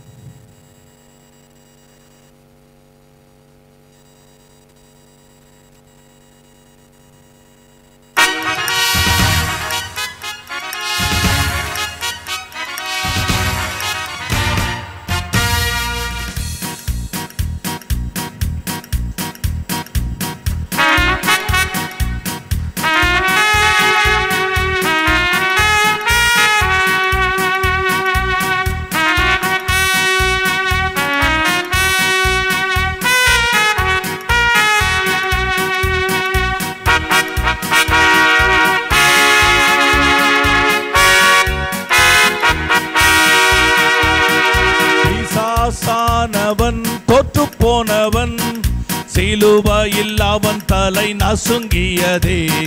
பிசாசானவன் தோற்று போனவன் சிலுவையில் அவன் தலை இன்னொரு முறை பிசாசானவன் தோற்று போனவன் சிலுவையில் அவன் தலை நசுங்கியதே. வல்லமையும் அதிகாரம் நம் கையிலே, வல்லமையும் அதிகாரம் நம் கையிலே. சிலுவையிலே இயேசு நமக்கு தந்தார், சிலுவையிலே இயேசு நமக்கு தந்தார்.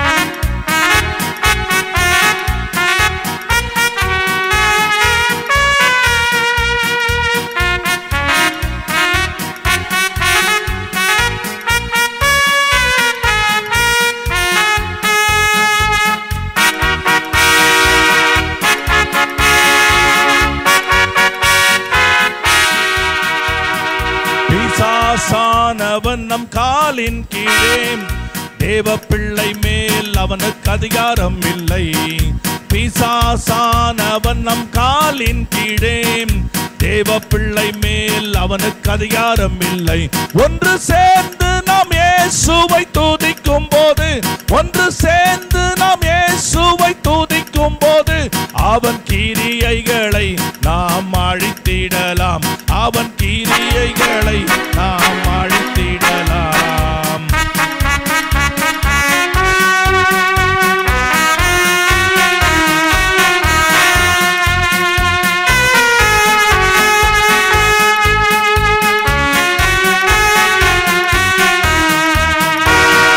பிசாசானவன் பொய்யன் தானே, அவனின் வார்த்தைகள் நம்ப வேண்டாம். பிசாசானவன் பொய்யன் தானே, அவனின் வார்த்தைகள் நம்ப வேண்டாம். சத்திய ஆவி நமக்குள்ளே, சத்திய ஆவி நமக்குள்ளே சகலமும் போதித்து நடத்திடுவார். சகலமும் போதித்து நடத்திடுவார். பிசாசானவன் பொய்யன் தானே, அவனின் வார்த்தைகள் நம்ப. நான் சொல்றேன், எத்தனையோ முறை உங்க வாழ்க்கையில நீ தோற்று போனவன், நீ கீழே விழுந்து போனவன், உன்னால எழும்ப முடியாது, நீ இனிமே உன் வாழ்க்கையில முன்னேற முடியாது, உன்னுடைய வாழ்க்கையில எல்லா காரியங்களும் நஷ்டத்துல தான் போகும். பல காரியங்கள் அவன் வார்த்தையை திருத்தி திருத்தி திருத்தி திருத்தி உன் காதுல ஒரு அவநம்பிக்கை வரும்படியாக உனக்கு சொல்லிக்கிட்டே இருப்பான். நான் சொல்றேன், இயேசுவின் வார்த்தைகளை நம்புகிற நீ அவன் வார்த்தைகளை நம்ப வேண்டாம். பிசாசானவன் பொய்யன் தானே, அவனின் வார்த்தைகள் நம்ப வேண்டாம். பாடுங்க.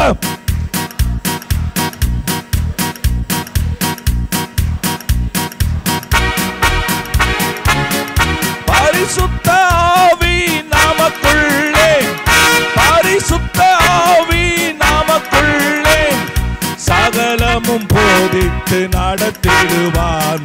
சகலமும் போதித்து நடத்திடுவார்.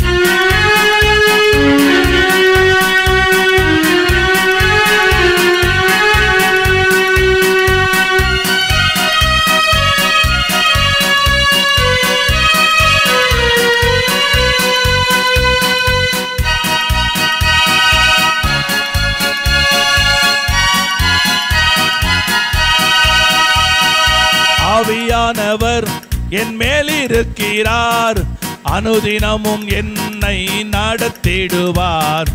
ஆவியானவர் என் மேல் இருக்கிறார், அனுதினமும் என்னை நடத்திடும். மீண்டும் பாடுவோம். ஆவியானவர் என் மேல் இருக்கிறார், அனுதினமும் என்னை நடத்திடுவார். பரிசுத்த அக்கினி எனக்குள்ளே, பரிசுத்த அக்கினி எனக்குள்ளே அணைத்திட யாராலும் முடியாது. அணைத்திட யாராலும் முடியாது. அணைத்திட யாராலும் முடியாது. அணைத்திட யாராலும் முடியாது.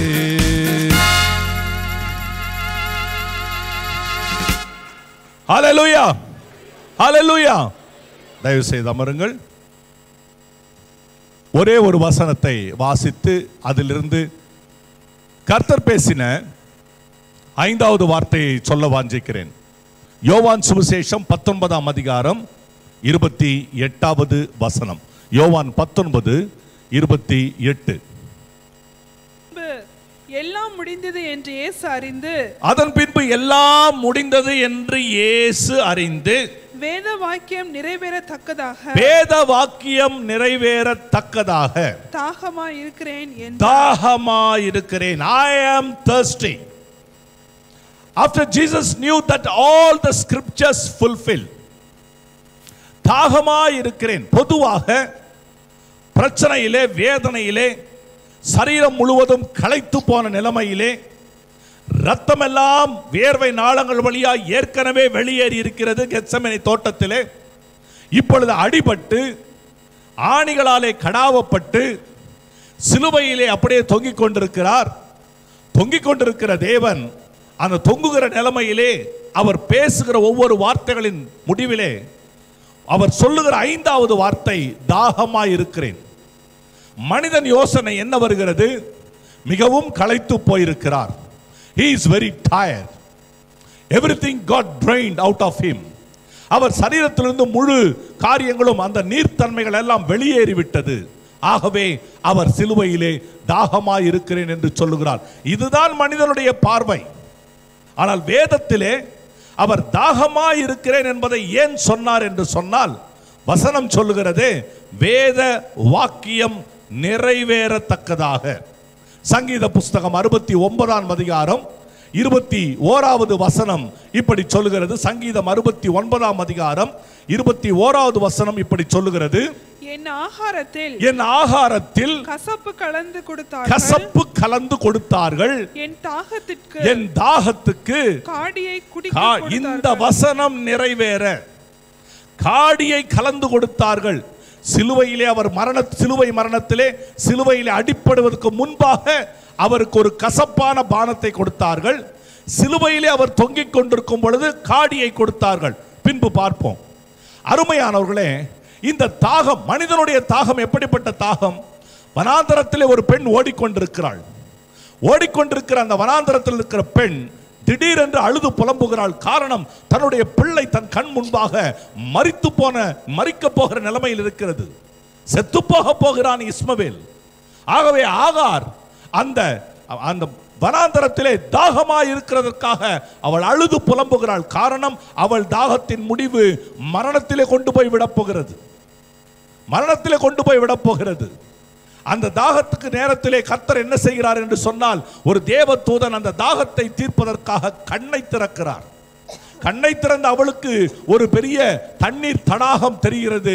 அந்த தண்ணீரை எடுத்து தன் மகனுக்கு குடிக்க கொடுத்து அவள் உயிர் பிழைக்கிறவளாக இருக்கிறாள் என்று வேதம் சொல்லுகிறது. இஸ்ரவேல் ஜனங்கள் வனாந்தரத்திலே நடந்து வருகிறார்கள்.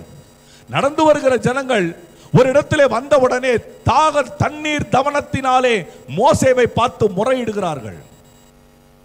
They were just pleading, they were just grumbling against Moses because they were thirsty. அவர்கள் தாகத்துக்காக அந்த வனாந்தரத்திலே சாப்பிட்ட உடனே பசியினாலே சாப்பிட்டவர்கள் இப்பொழுது தாகத்தினாலே கஷ்டப்பட்டு கொண்டிருக்கிறார்கள்.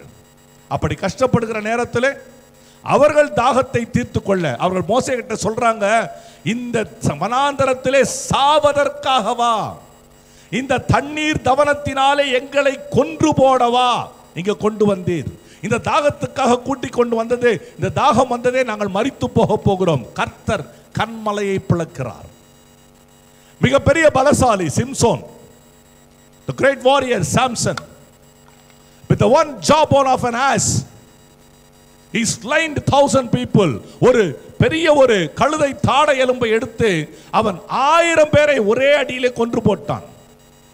என்ன கோரி என்கிற ஒரு பள்ளத்தாக்கிலே, லேகி என்கிற பள்ளத்தாக்கிலே அவன் கொன்று போடுகிறான். கொன்று போட்டவன் அவன் என்ன செய்கிறான் என்று சொன்னால், all of a sudden after slaying 1000 people he got thirsty. அவனுக்கு ஒரு தாகம். அந்த தாகம் வந்தவுடனே அவன் சொல்லுகிறான், ஆண்டவரே, விருத்த சேதனம் இல்லாத, do I need to die with this uncircumcised Philistines? விருத்த சேதனம் இல்லாத இந்த பெலிஸ்தியர்கள் கையிலே நான் இந்த தண்ணீர் தாகத்தினாலே நான் விழுந்து மரிக்க வேண்டுமா? And God opened, கர்த்தர் பூமியை பிளந்தார். Out of the earth water was gusting out. தண்ணீரானது வெளியே வந்தது.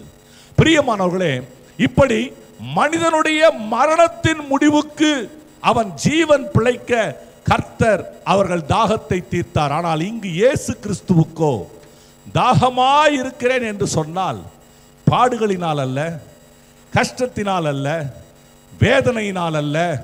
ஒரு ஓட்டப்பந்தய வீரன் ஓட்டப்பந்தயத்தை முடித்தவுடனே, வெற்றியாய் முடித்தவுடனே அவனுக்கு ஏற்படுகிற ஒரு நிலைமையை கர்த்தர் சொல்லுகிறார், பிதாவே, நான் ஓடி முடித்து பிசாசை ஜெயித்து விட்டேன், இப்பொழுது தாகமாய் இருக்கிறேன் என்று சொல்லுகிறார். ஹல்லேலூயா, ஹல்லேலூயா. God was telling them thirsty is not out of problem, out of agony or out of the tiredness of the body, but it is a victorious declaration. அது ஒரு வெற்றியின் முழக்கம். என் அருமையான சகோதரனே, சகோதரியே, in Isaiah 53:11, ஏசாயா 53:11 அவர் என்ன சொல்கிறார்? அவர் தம்முடைய ஆத்தும வருத்தத்தின் பலனை கண்டு திருப்தி அடைகிற தேவனாக இருக்கிறார். அவர் திருப்தி அடைகிற தேவன். God is the God who always comforts, who always, he is very happy. அதை பார்க்கிறார். he comforts himself. he is so satisfied. God got so satisfied. காரணம் என்ன? என்னுடைய ஆத்தும வருத்தம் இன்றைக்கு அநேக ஜனங்களை கர்த்தருக்குள்ளே கொண்டு வந்திருக்கிறது, எனக்குள்ளே கொண்டு வந்திருக்கிறது. இந்த மெல்பர்ன் பட்டணத்திலே நான் சிந்தின இந்த ரத்தத்தினாலே, கல்வாரியிலே நான் சிந்தின இந்த ரத்தத்தினாலே இந்த மெல்பர்ன் பட்டணத்தில் இத்தனை ஜனம் எனக்குள்ள பிள்ளைகளாக இன்றைக்கு பிறந்திருக்கிறார்களே.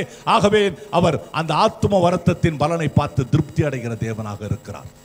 இன்றைக்கு நீங்க சிலுவையை பார்க்கும் பொழுதே இயேசுவை துக்கமாய் பார்ப்பதை பார்க்கிலும் சிலுவையில் இருந்து இயேசு உன்னை சந்தோஷமாய் பார்க்கிறதை உன் கண்கள் காணட்டும்.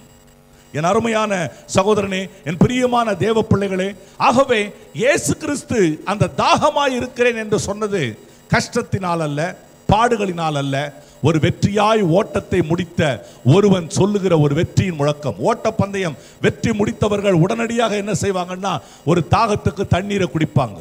ஆகவே இங்கு தாகமாய் இருக்கிறேன் என்று சொன்ன வார்த்தை சரீர பிரகாரமான பாடுகளின் வார்த்தை அல்ல, மாறாக ஆண்டவரே வெற்றியாய் முடித்து விட்டேன், வெற்றியாய் நீர் எனக்கு நியமித்த அந்த காரியத்திலே நான் கடந்து வந்து விட்டேன் என்று சொல்லி கர்த்தர் சொல்லுகிற அந்த காரியமாக இருக்கிறது. ஆண்டவர் ஏற்கனவே தாகமாய் இருக்கிறேன் என்பது சிலுவையில சொன்ன வார்த்தை இல்லை. சிலுவையில மாத்திரம் ஆண்டவர் சொல்லல. 30 வயதிலே அந்த சமாரிய ஸ்திரீயை அந்த கிணற்றண்டையிலே பார்க்கும் பொழுது, யோவான் 4:8 பார்க்கும் பொழுது அங்கேயே ஆண்டவர் கேட்கிறார், எனக்கு தாகமாய் இருக்கிறது, தாகத்துக்கு தா. I am thirsty. தமிழ்ல வேற மாதிரி இருக்கு, ஆனா ஆங்கிலத்தில் பார்த்தா ஒரே வார்த்தையா தான் இருக்கும். அங்கேயே சமாரிய ஸ்திரீயினிடத்தில் ஆண்டவர் தாகத்துக்கு தா என்று கேட்கிறார். காரணம் என்ன? எந்த தாகத்தை ஆண்டவர் சொன்னார்? பிரியமானவர்களே, எந்த தாகம்? ஆத்துமா ரட்சிக்கப்பட வேண்டும். The souls must be redempted. கர்த்தரை பிள்ளைகள் ஏற்றுக்கொள்ள வேண்டும். இன்றைக்கு இந்துக்களாக இருக்கிறார்கள், கத்தோலிக்க கிறிஸ்தவர்களாக பாரம்பரியத்தில் இருக்கிறார்கள், முகமதியர்களாக இருக்கிறார்கள், கடவுள் நம்பிக்கையே இல்லாமல் இருக்கிறார்கள், எம்மதமும் சம்மதம் என்கிற கொள்கையில் இருக்கிறார்கள். இவர்கள் யாவரும் இயேசு கிறிஸ்துவை தங்கள் சொந்த ரட்சகராய் ஏற்றுக்கொள்ள வேண்டும். இந்த தாகத்தை தான் ஆண்டவர் சொல்றார், தாகத்துக்கு தா. இன்றைக்கு உங்களை பார்த்து ஆண்டவர் கேட்கிறாரு, தாகத்துக்கு தா.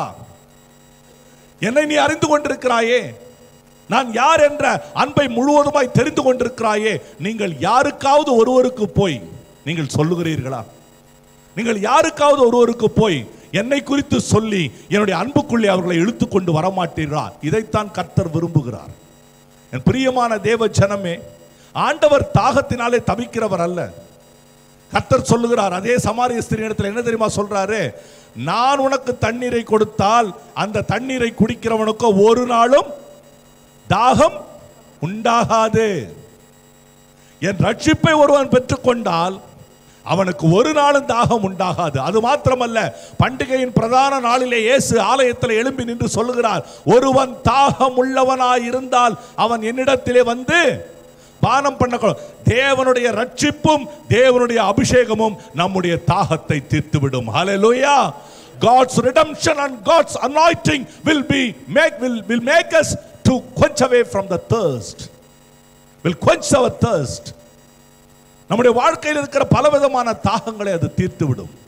என் அன்பான சகோதரனே, என் அருமையான தேவ பிள்ளைகளே, சிலுவையிலே இயேசு கிறிஸ்து அது செய்த ஒரு பெரிய காரியம். இன்றைக்கு சிலுவையை ஒரு மரத்துண்டாக பார்க்காதீர்கள், இப்படி ஒரு உருவமாய் பார்த்து கொண்டிருக்காதீர்கள். டாக்டர் ஹாரி ரிம்மர் பேர்ல் ஹார்பர் துறைமுகத்தில் 2ஆம் உலகப் போர் நடக்கும் பொழுது அந்த பேர்ல் ஹார்பர் துறைமுகத்தில் அநேக வீரர்கள் குண்டடிபட்டு கிடக்கிறார்கள். அவர்கள் யாவருக்கும் சிகிச்சை செய்து கொண்டிருக்கிறார் டாக்டர் ஹாரி ரிம்மர். அப்படி சிகிச்சை செய்து கொண்டிருக்கிற டாக்டர் ஹாரி ரிம்மர் அந்த இடத்திலே அவர் அதோடு கூட ஒரு நல்ல கர்த்தருடைய பிள்ளையாக இருந்ததனாலே சுவிசேஷமும் சொல்லிக் கொண்டிருக்கிறார்.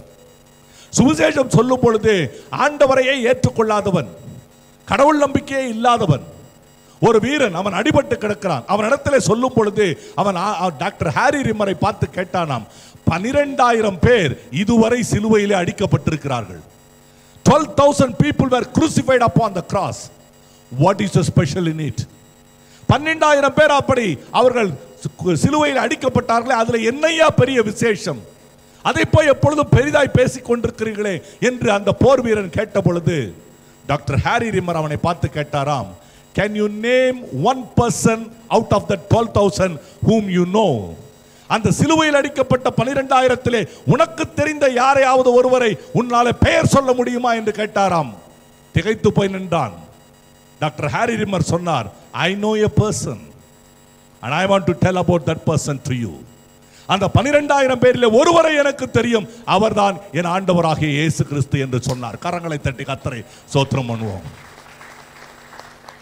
என் பிரியமான தேவ ஜனமே, தாகத்துக்கு அதாவது ஆண்டவர் அந்த சிலுவையிலே தாகமாய் இருக்கிறேன் என்று சொன்னதுடைய முக்கிய காரணம் என்னவென்று சொன்னால், அவர் இந்த தன்னுடைய ரட்சிப்பின் வேலையை பரிபூர்ணமாய் செய்து முடித்து விட்டேன், அந்த ரட்சிப்புக்கான ஓட்டத்தை ஓடி முடித்து விட்டேன், இப்பொழுது வெற்றியாய் நிற்கிறேன், எனக்கு தாகமாய் இருக்கிறது.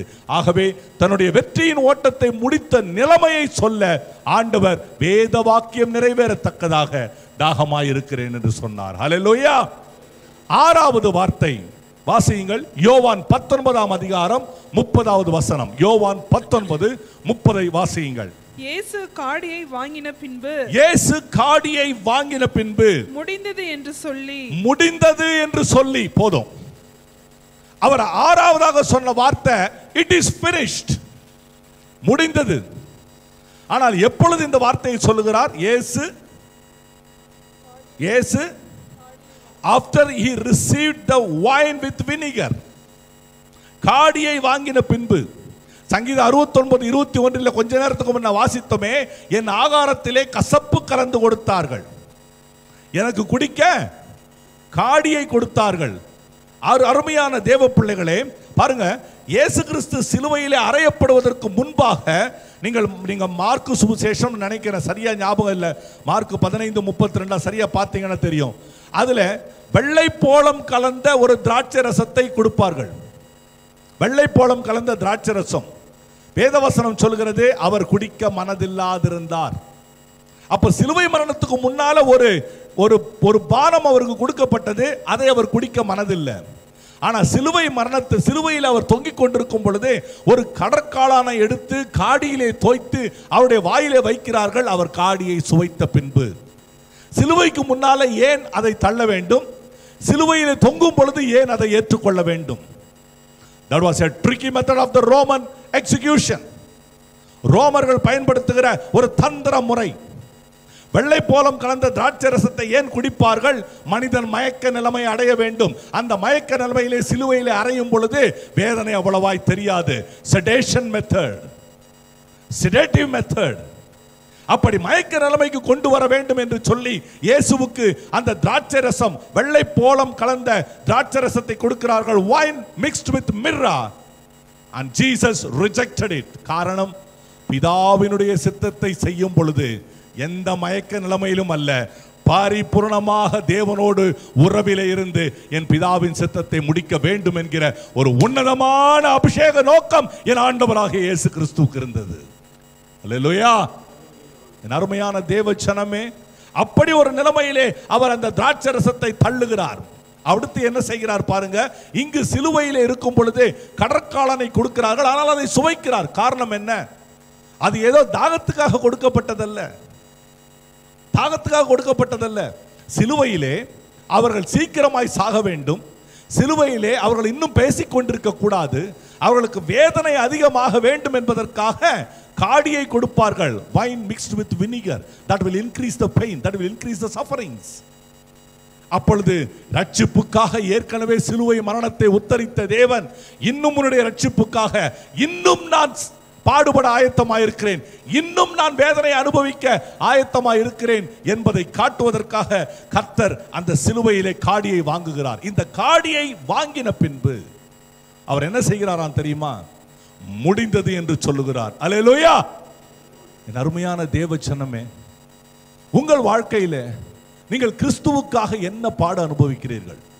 சில நேரங்களிலே கர்த்தருடைய நாமத்தின் நிமித்தம் ஆண்டவருக்காக நீங்க வாழ்க்கை வாழும் பொழுது, ஒருவருக்கு போய் இயேசு கிறிஸ்துவை குறித்து சொல்லும் பொழுது ஏற்றுக்கொள்ள மாட்டார்கள், உங்களை பார்த்து எதிர்த்து பேசுவார்கள், உங்களை பார்த்து சொல்லுவார்கள், என்னை மதம் மாற்றவா வந்திருக்கிறாய் என்று சொல்லி உன்னை பார்த்து கேட்பார்கள், உங்க கடவுள் என்ன விற்று போடப்படுகிற கடவுளா? ஏன் இயேசு கிறிஸ்துவை இப்படி விற்கிறீர்கள் என்று பலவிதமான கேள்விகள் உங்கள் மனது கஷ்டப்படும்படியாக கேட்பார்கள். அந்த பிரச்சனைகளை, அந்த வேதனைகளை நீங்கள் தாங்கியே தீர வேண்டும். உங்களுடைய பாடுகளை அதிகரிக்க பண்ணும் பொழுது, கிறிஸ்துவின் நிமித்தமாக, கிறிஸ்துவுக்காக நீங்கள் பாடுகளை அனுபவிக்கும் பொழுது அவைகளை நீங்கள் தாங்கிக் கொள்ள வேண்டும். காரணம், அந்த முழுமையிலே அந்த முழுமையிலே கர்த்தர் ஒரு பெரிய வெற்றியை வைத்திருக்கிறார். என் அருமையான தேவ ஜனமே, ஆகவே தான் பரிசுத்த பவுல் சொல்லுகிறார், நானோ கர்த்தராகிய இயேசு கிறிஸ்துவின் சிலுவையே அல்லாமல் வேறு ஒன்றையும் குறித்து I won't boast other than anything except my Lord's Christ and his crucifixion. என் ஆண்டவருடைய சிலுவையை குறித்து வேற எதையும் நான் மேன்மை பாராட்ட மாட்டேன். நம்முடைய வாழ்க்கையில இன்றைக்கு சிலுவை சுமப்பதற்கு நாம் ஆயத்தமா இல்லை. என் அருமையான பிள்ளைகளே, தேவ பிள்ளைகளே, ஒரு மனிதன் கனவுல சிலுவையை சுமந்துக்கிட்டு நடந்து போயிட்டு இருந்தான். அவன் சிலுவையை சுமந்து நடந்து போகும் பொழுது இயேசு கிறிஸ்து அங்கு நடந்து கொண்டு வந்தாராம். நான் சொல்லுவது ஏதோ டிவியில் வருகிற அந்த இயேசு கிறிஸ்து அல்ல, நான் உண்மையான இயேசு கிறிஸ்துவை சொல்லுகிறேன். அவர் சிலுவையை சுமந்து கொண்டு வரும் பொழுது இயேசுவை பார்த்த உடனே, ஆண்டவரே மிகவும் வேதனையாக இருக்கிறது, இந்த சிலுவை பாரமாக இருக்கிறது, இதில் நான் ஒரு அடி குறைத்து விடட்டுமா என்று கேட்ட உடனே ஆண்டவர் சொன்னார், சரி செய்து கொள். So he cut off 1 feet. மறுபடியும் தூக்கி கொண்டு நடந்தான்.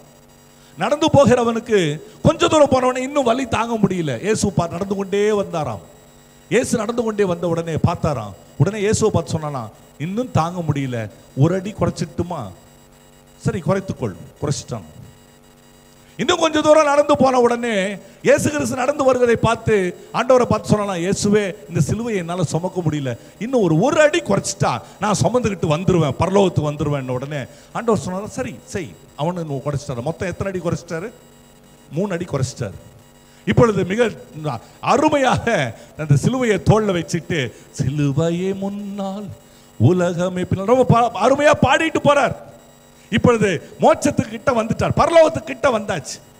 அந்த பரலோகத்துக்கு அருகிலே வந்த உடனே இயேசு கிறிஸ்து நேராக வந்து அந்த பரலோக வாசலை திறக்கிறார், வா மகனே என்று சொல்லி. ஆனா அவன் இருக்கிற இடத்துக்கும் பரலோகத்துக்கு நடுவில் ஒரு பெரிய பிளவு இருக்குது. சொன்னானா, இயேசுவை இவ்வளவு தூரம் வந்துட்டேன், இது என்ன பெரிய பிளவு, இந்த பிளவை நான் எப்படி தாண்டறது? இயேசு சொன்னாராம், நீ துமந்து கொண்டு வந்தாயே சிலுவை, அந்த சிலுவையை வை, அந்த சிலுவையின் மேல் அப்படியே நடந்து இந்த பரலோகத்துக்குள்ள வந்துருன்னு சொன்னாராம். சிலுவையை வைத்த பொழுது சரியாக 3 அடி குறைவாக இருந்ததாம். அவன் பரலோகத்துக்குள்ளே போக முடியல. இது ஒரு கதை. அருமையானவர்களே, இயேசுவின் நிமித்தம் நீங்கள் அனுபவிக்கிற பாடுகளை சந்தோஷமா எண்ணுங்கள். அதிகமான அந்த வேதனை அவருக்கு அனுபவிக்கும் கொடுக்கும் பொழுது சந்தோஷமாக ஏற்றுக்கொண்டார். அதனால தான் வேதம் சொல்கிறது, ஆத்தும வருத்தத்தின் பலனை கண்டு அவர் திருப்தி அடைந்தார். சிலுவை மரணத்தை ஆரம்பத்தில் பிதாவினுடைய பாத்திரத்தில் பானம் பண்ணின என் ஆண்டவர் அந்த சிலுவை மரணத்தை குறித்து வெட்கப்படவே இல்லை. அல்லேலூயா. அதனால தான் பவுலும் சொல்றாரு, அவர் சிலுவையை குறித்து நான் வெட்கப்படேன். I am not ashamed of my Lord's cross. என் சிலுவையை குறித்து நான் வெட்கப்பட மாட்டேன். பிரியமானவர்களே, அந்த சிலுவையில் இருந்து ஆண்டவர் சொல்றாரு, முடிந்தது.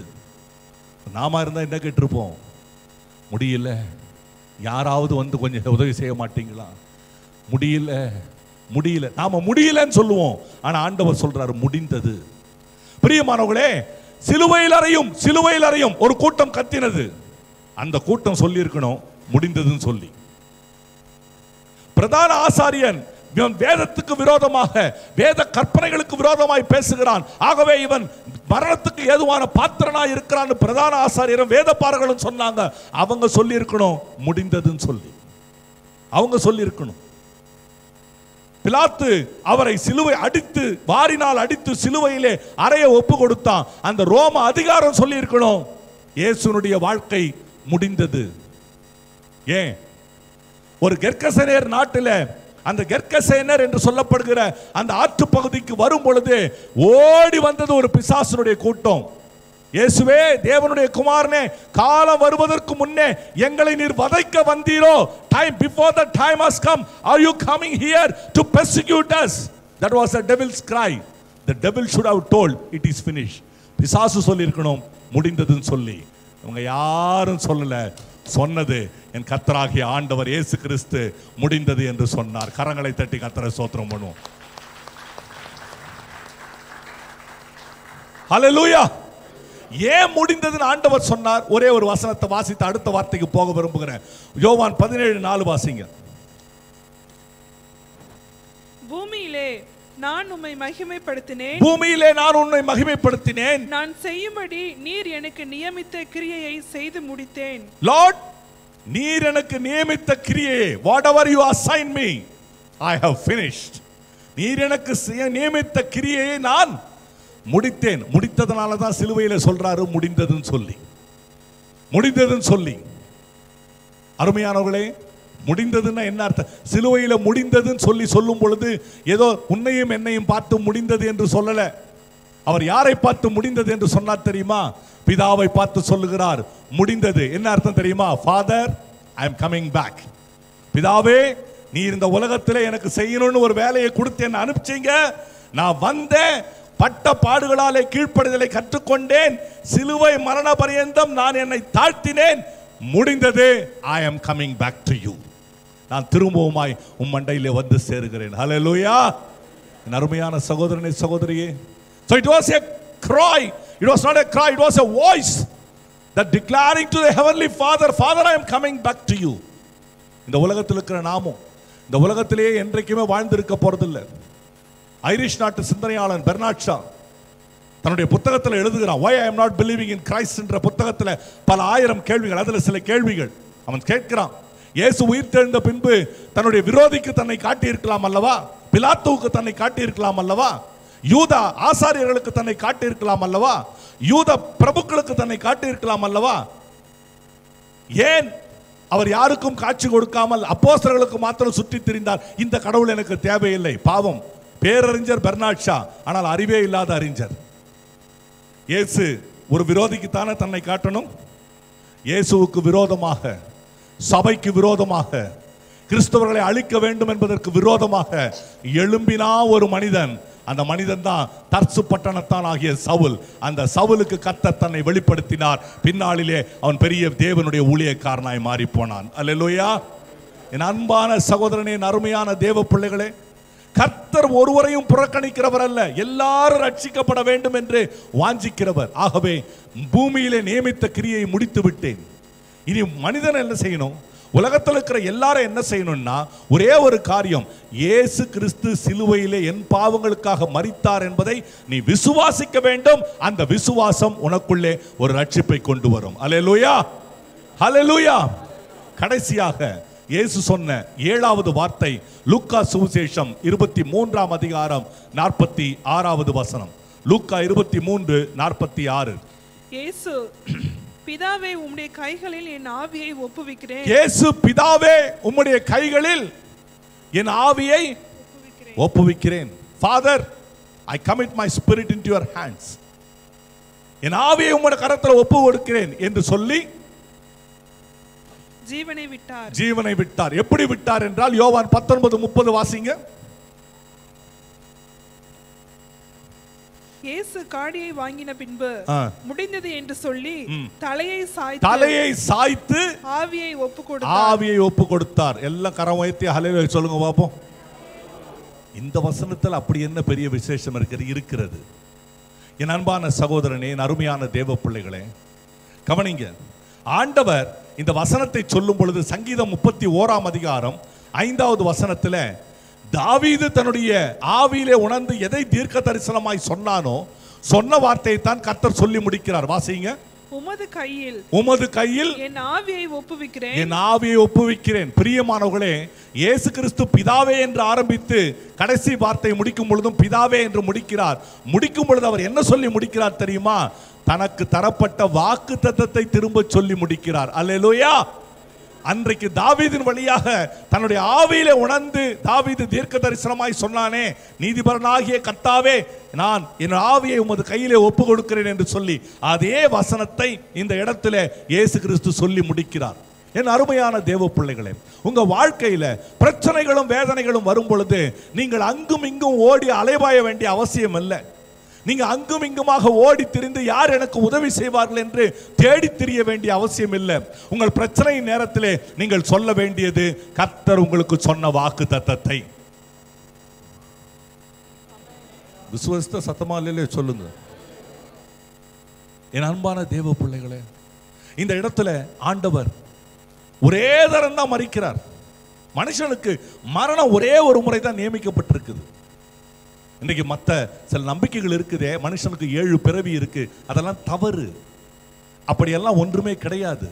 வேதம் தெளிவாய் சொல்கிறது, ஒரே தரம் மரிப்பதும் பின்பு நியாய தீர்ப்பு அடைவதும் மனுஷனுக்கு நியமிக்கப்பட்டிருக்கிறது. இந்த வாழ்க்கை உலகத்துல நீ இந்த ஜென்மத்தில் இப்படி இருக்கிறவன் அடுத்த ஜென்மத்தில் செய்த பிறவியின் பலனாக நாயாக இருப்பான். நாயாக இருந்தவன் அடுத்த பிறவியிலே காக்காவாக இருப்பான். இருக்கிறதுலேயே நல்ல பிறவி மனித பிறவி. இதை விட ஈனமான பிறவி வேண்டுமா? இதை விட மோசமான பிறவி வேண்டுமா? சரி, ரெண்டாவது இன்னொரு காரியம் சொல்றேன். இந்த பிறவியிலேயே இந்த பாடுகள் படுகிறோம் இந்த உலகத்துல. இனி அடுத்த பிறவியெல்லாம் இருந்தா, காக்கா பிறவியா பிறந்தா என்ன நடக்கும்? இன்னைக்கு காலையில நான் வேத வசனத்தை எழுதிட்டு இருக்கும் போது திடீர்னு பார்த்தா பக்கத்து வீட்டில் முழுக்க அவன் வீடு கூரை முழுக்க காக்கா கா காக்கான்னு ஒரே சத்தம். எனக்கு அந்த சத்தம், நான் இறங்கி வந்தேன். எலியாவுக்கு ஏதாவது கொடுக்கணும்னா வந்து கொடுக்கணும். இதெல்லாம் கூட்டமாக வந்து சத்தம் போடுறேன். ஒரு கல்லை எடுத்து விட்டேன், எல்லாம் கலைஞ்சு போச்சு. நம்ம ஒரு பிறவியை அப்படி மாறினா நம்மளை கல்லை கொண்டு தான் அடிப்பானுங்க. இது மனிதனுக்கு தெரியல. இந்த ஒரு பிறவிதான். சகோதரனே சகோதரியே, இயேசு கிறிஸ்துவை இன்னும் அறியாத, இயேசு கிறிஸ்துவை இன்னும் தன்னுடைய ராஜாவாக தன்னுடைய தெய்வமாக ஏற்றுக்கொள்ளாத பிள்ளைகளுக்கு சொல்றேன், இந்த ஒரு பிறவிதான். இன்றைக்கு கேட்கிற இந்த வசனம் தான், இந்த வசனம் தான் உன் காதுல வருகிற இந்த வசனம் தான். இதை தாண்டி இன்னொரு வசனம் வராது. இதை தாண்டி இன்னொரு சத்தியம் உனக்கு வராது. மரணம் அது மனிதனுக்கு கடைசியாக நிச்சயிக்கப்பட்டிருக்குது. மரணத்துக்கு பயப்படாத மனுஷன் உலகத்தில் இல்லவே இல்லை. ஒரு தகப்பன் தன்னுடைய 2 பிள்ளைகளை பள்ளிக்கூடத்துக்கு கூட்டு கொண்டு போவாராம். வீட்டிலிருந்து பள்ளிக்கூடத்துக்கு போவார். ஆனா அவர் இருந்த வீட்டினுடைய தெரு அப்படி இருந்தது. பள்ளியிலிருந்து வீட்டிலிருந்து பள்ளிக்கு போகும் பொழுது அவர் எந்த வழியாய் போகணும்னா ஒரு கல்லறை தோட்டத்தின் வழியாக தான் போகணும். ஆகவே பிள்ளைகளை கைப்பிடித்து நடந்து கொண்டு வருகிற கல்லறை தோட்டம் வந்த உடனே கண்ணை மூடிட்டு வரான்.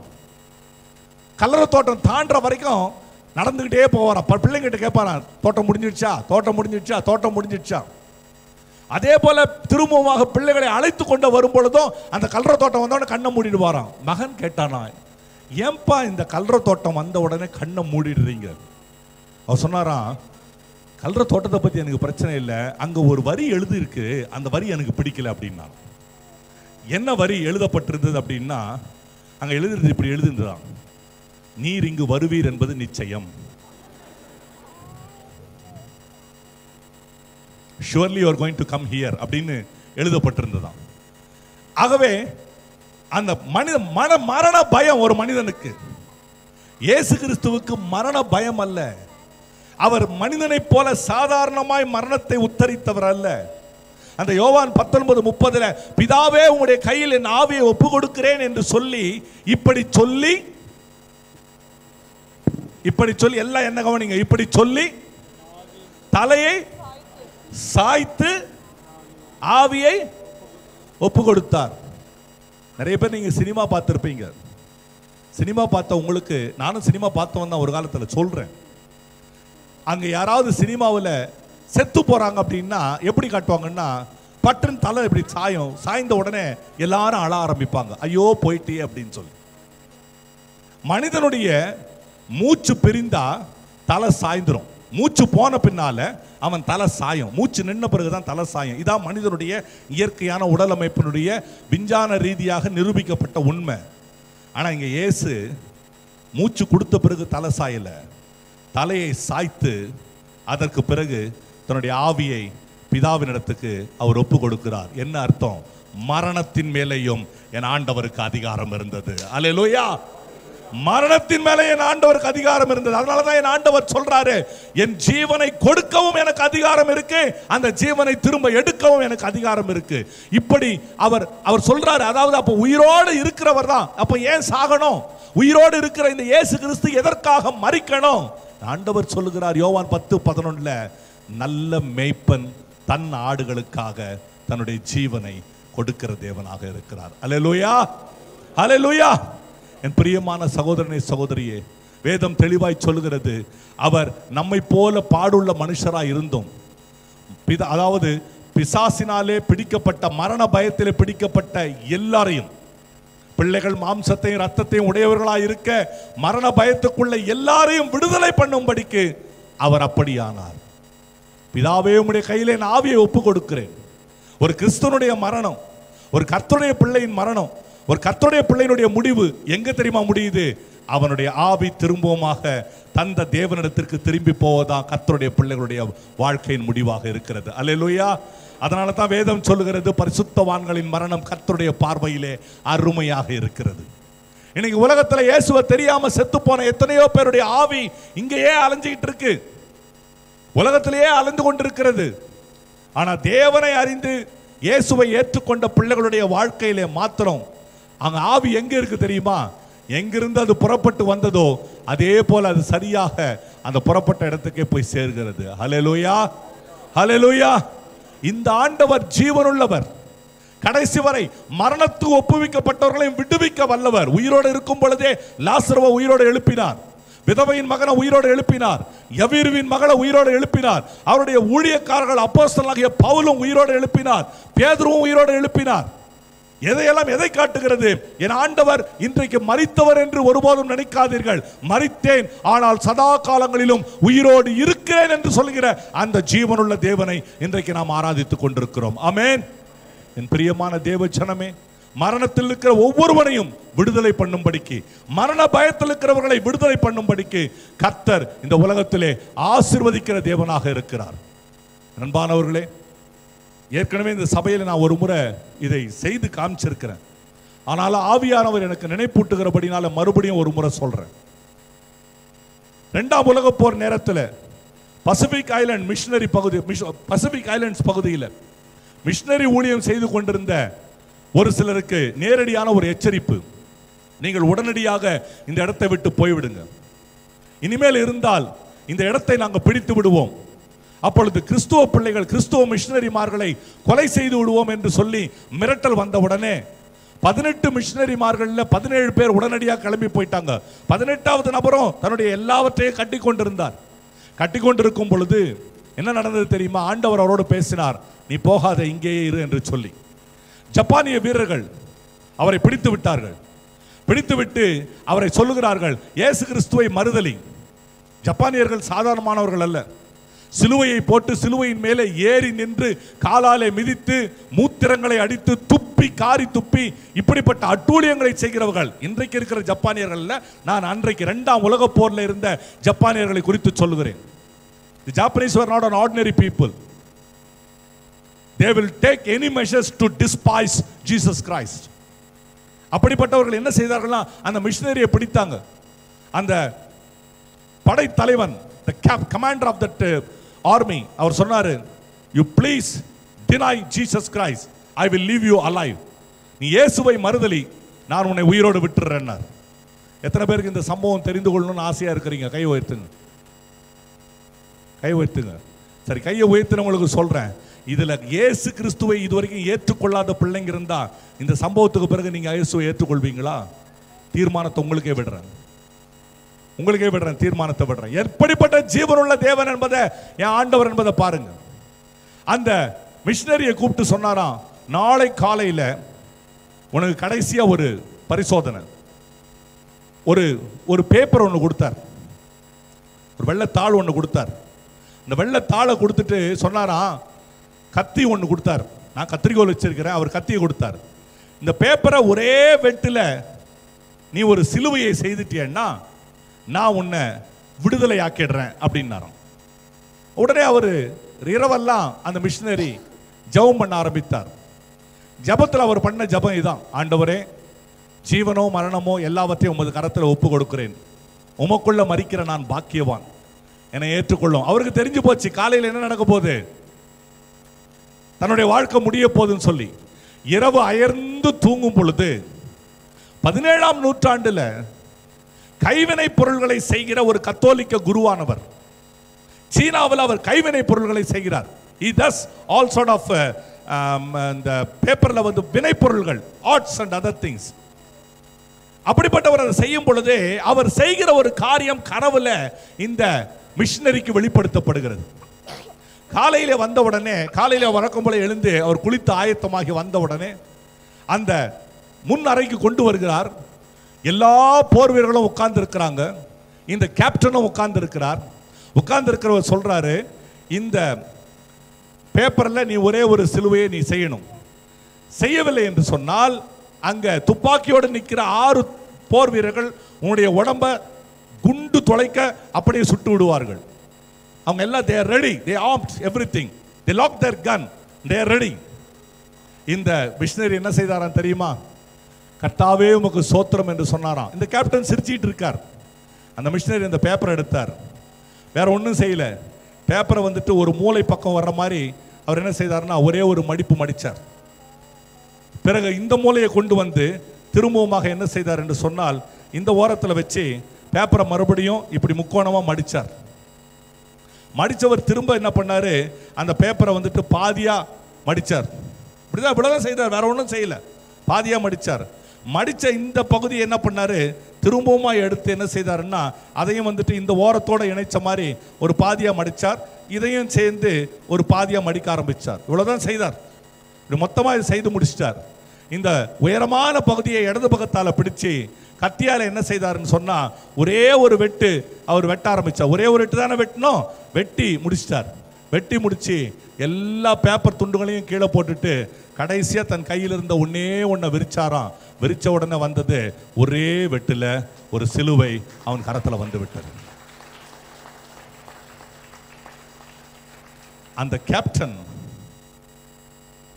கேப்டனால நம்ப முடியல. நிச்சயமாய் அவனை கொன்று விடுவோம் என்ற நம்பிக்கையில் இருந்தவனுக்கு நம்ப முடியல.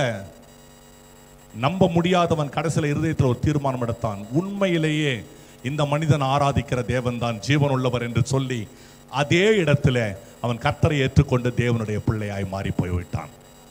என் அன்பான சகோதரனே சகோதரியே, இந்த 7 வசனங்களை நீங்கள் கேட்டது பெருசல்ல. இந்த ஒரு நாள் தேவனுக்கென்று நீங்க ஒப்பு கொடுங்க. இந்த ஒரு நாள் தேவனுக்காக ஏதாவது காரியம் செய்யுங்க. இந்த ஒரு நாள் தேவன் மகிமைப்படும்படியாக, அவருடைய ஆத்துமா சந்தோஷப்படும்படியாக ஏதாவது ஒரு காரியத்தை செய்யுங்க. கர்த்தர் உங்களை ஆசீர்வதிப்பாராக. கண்களை மூடி யாவருமாய் எழுந்து நிற்போம்.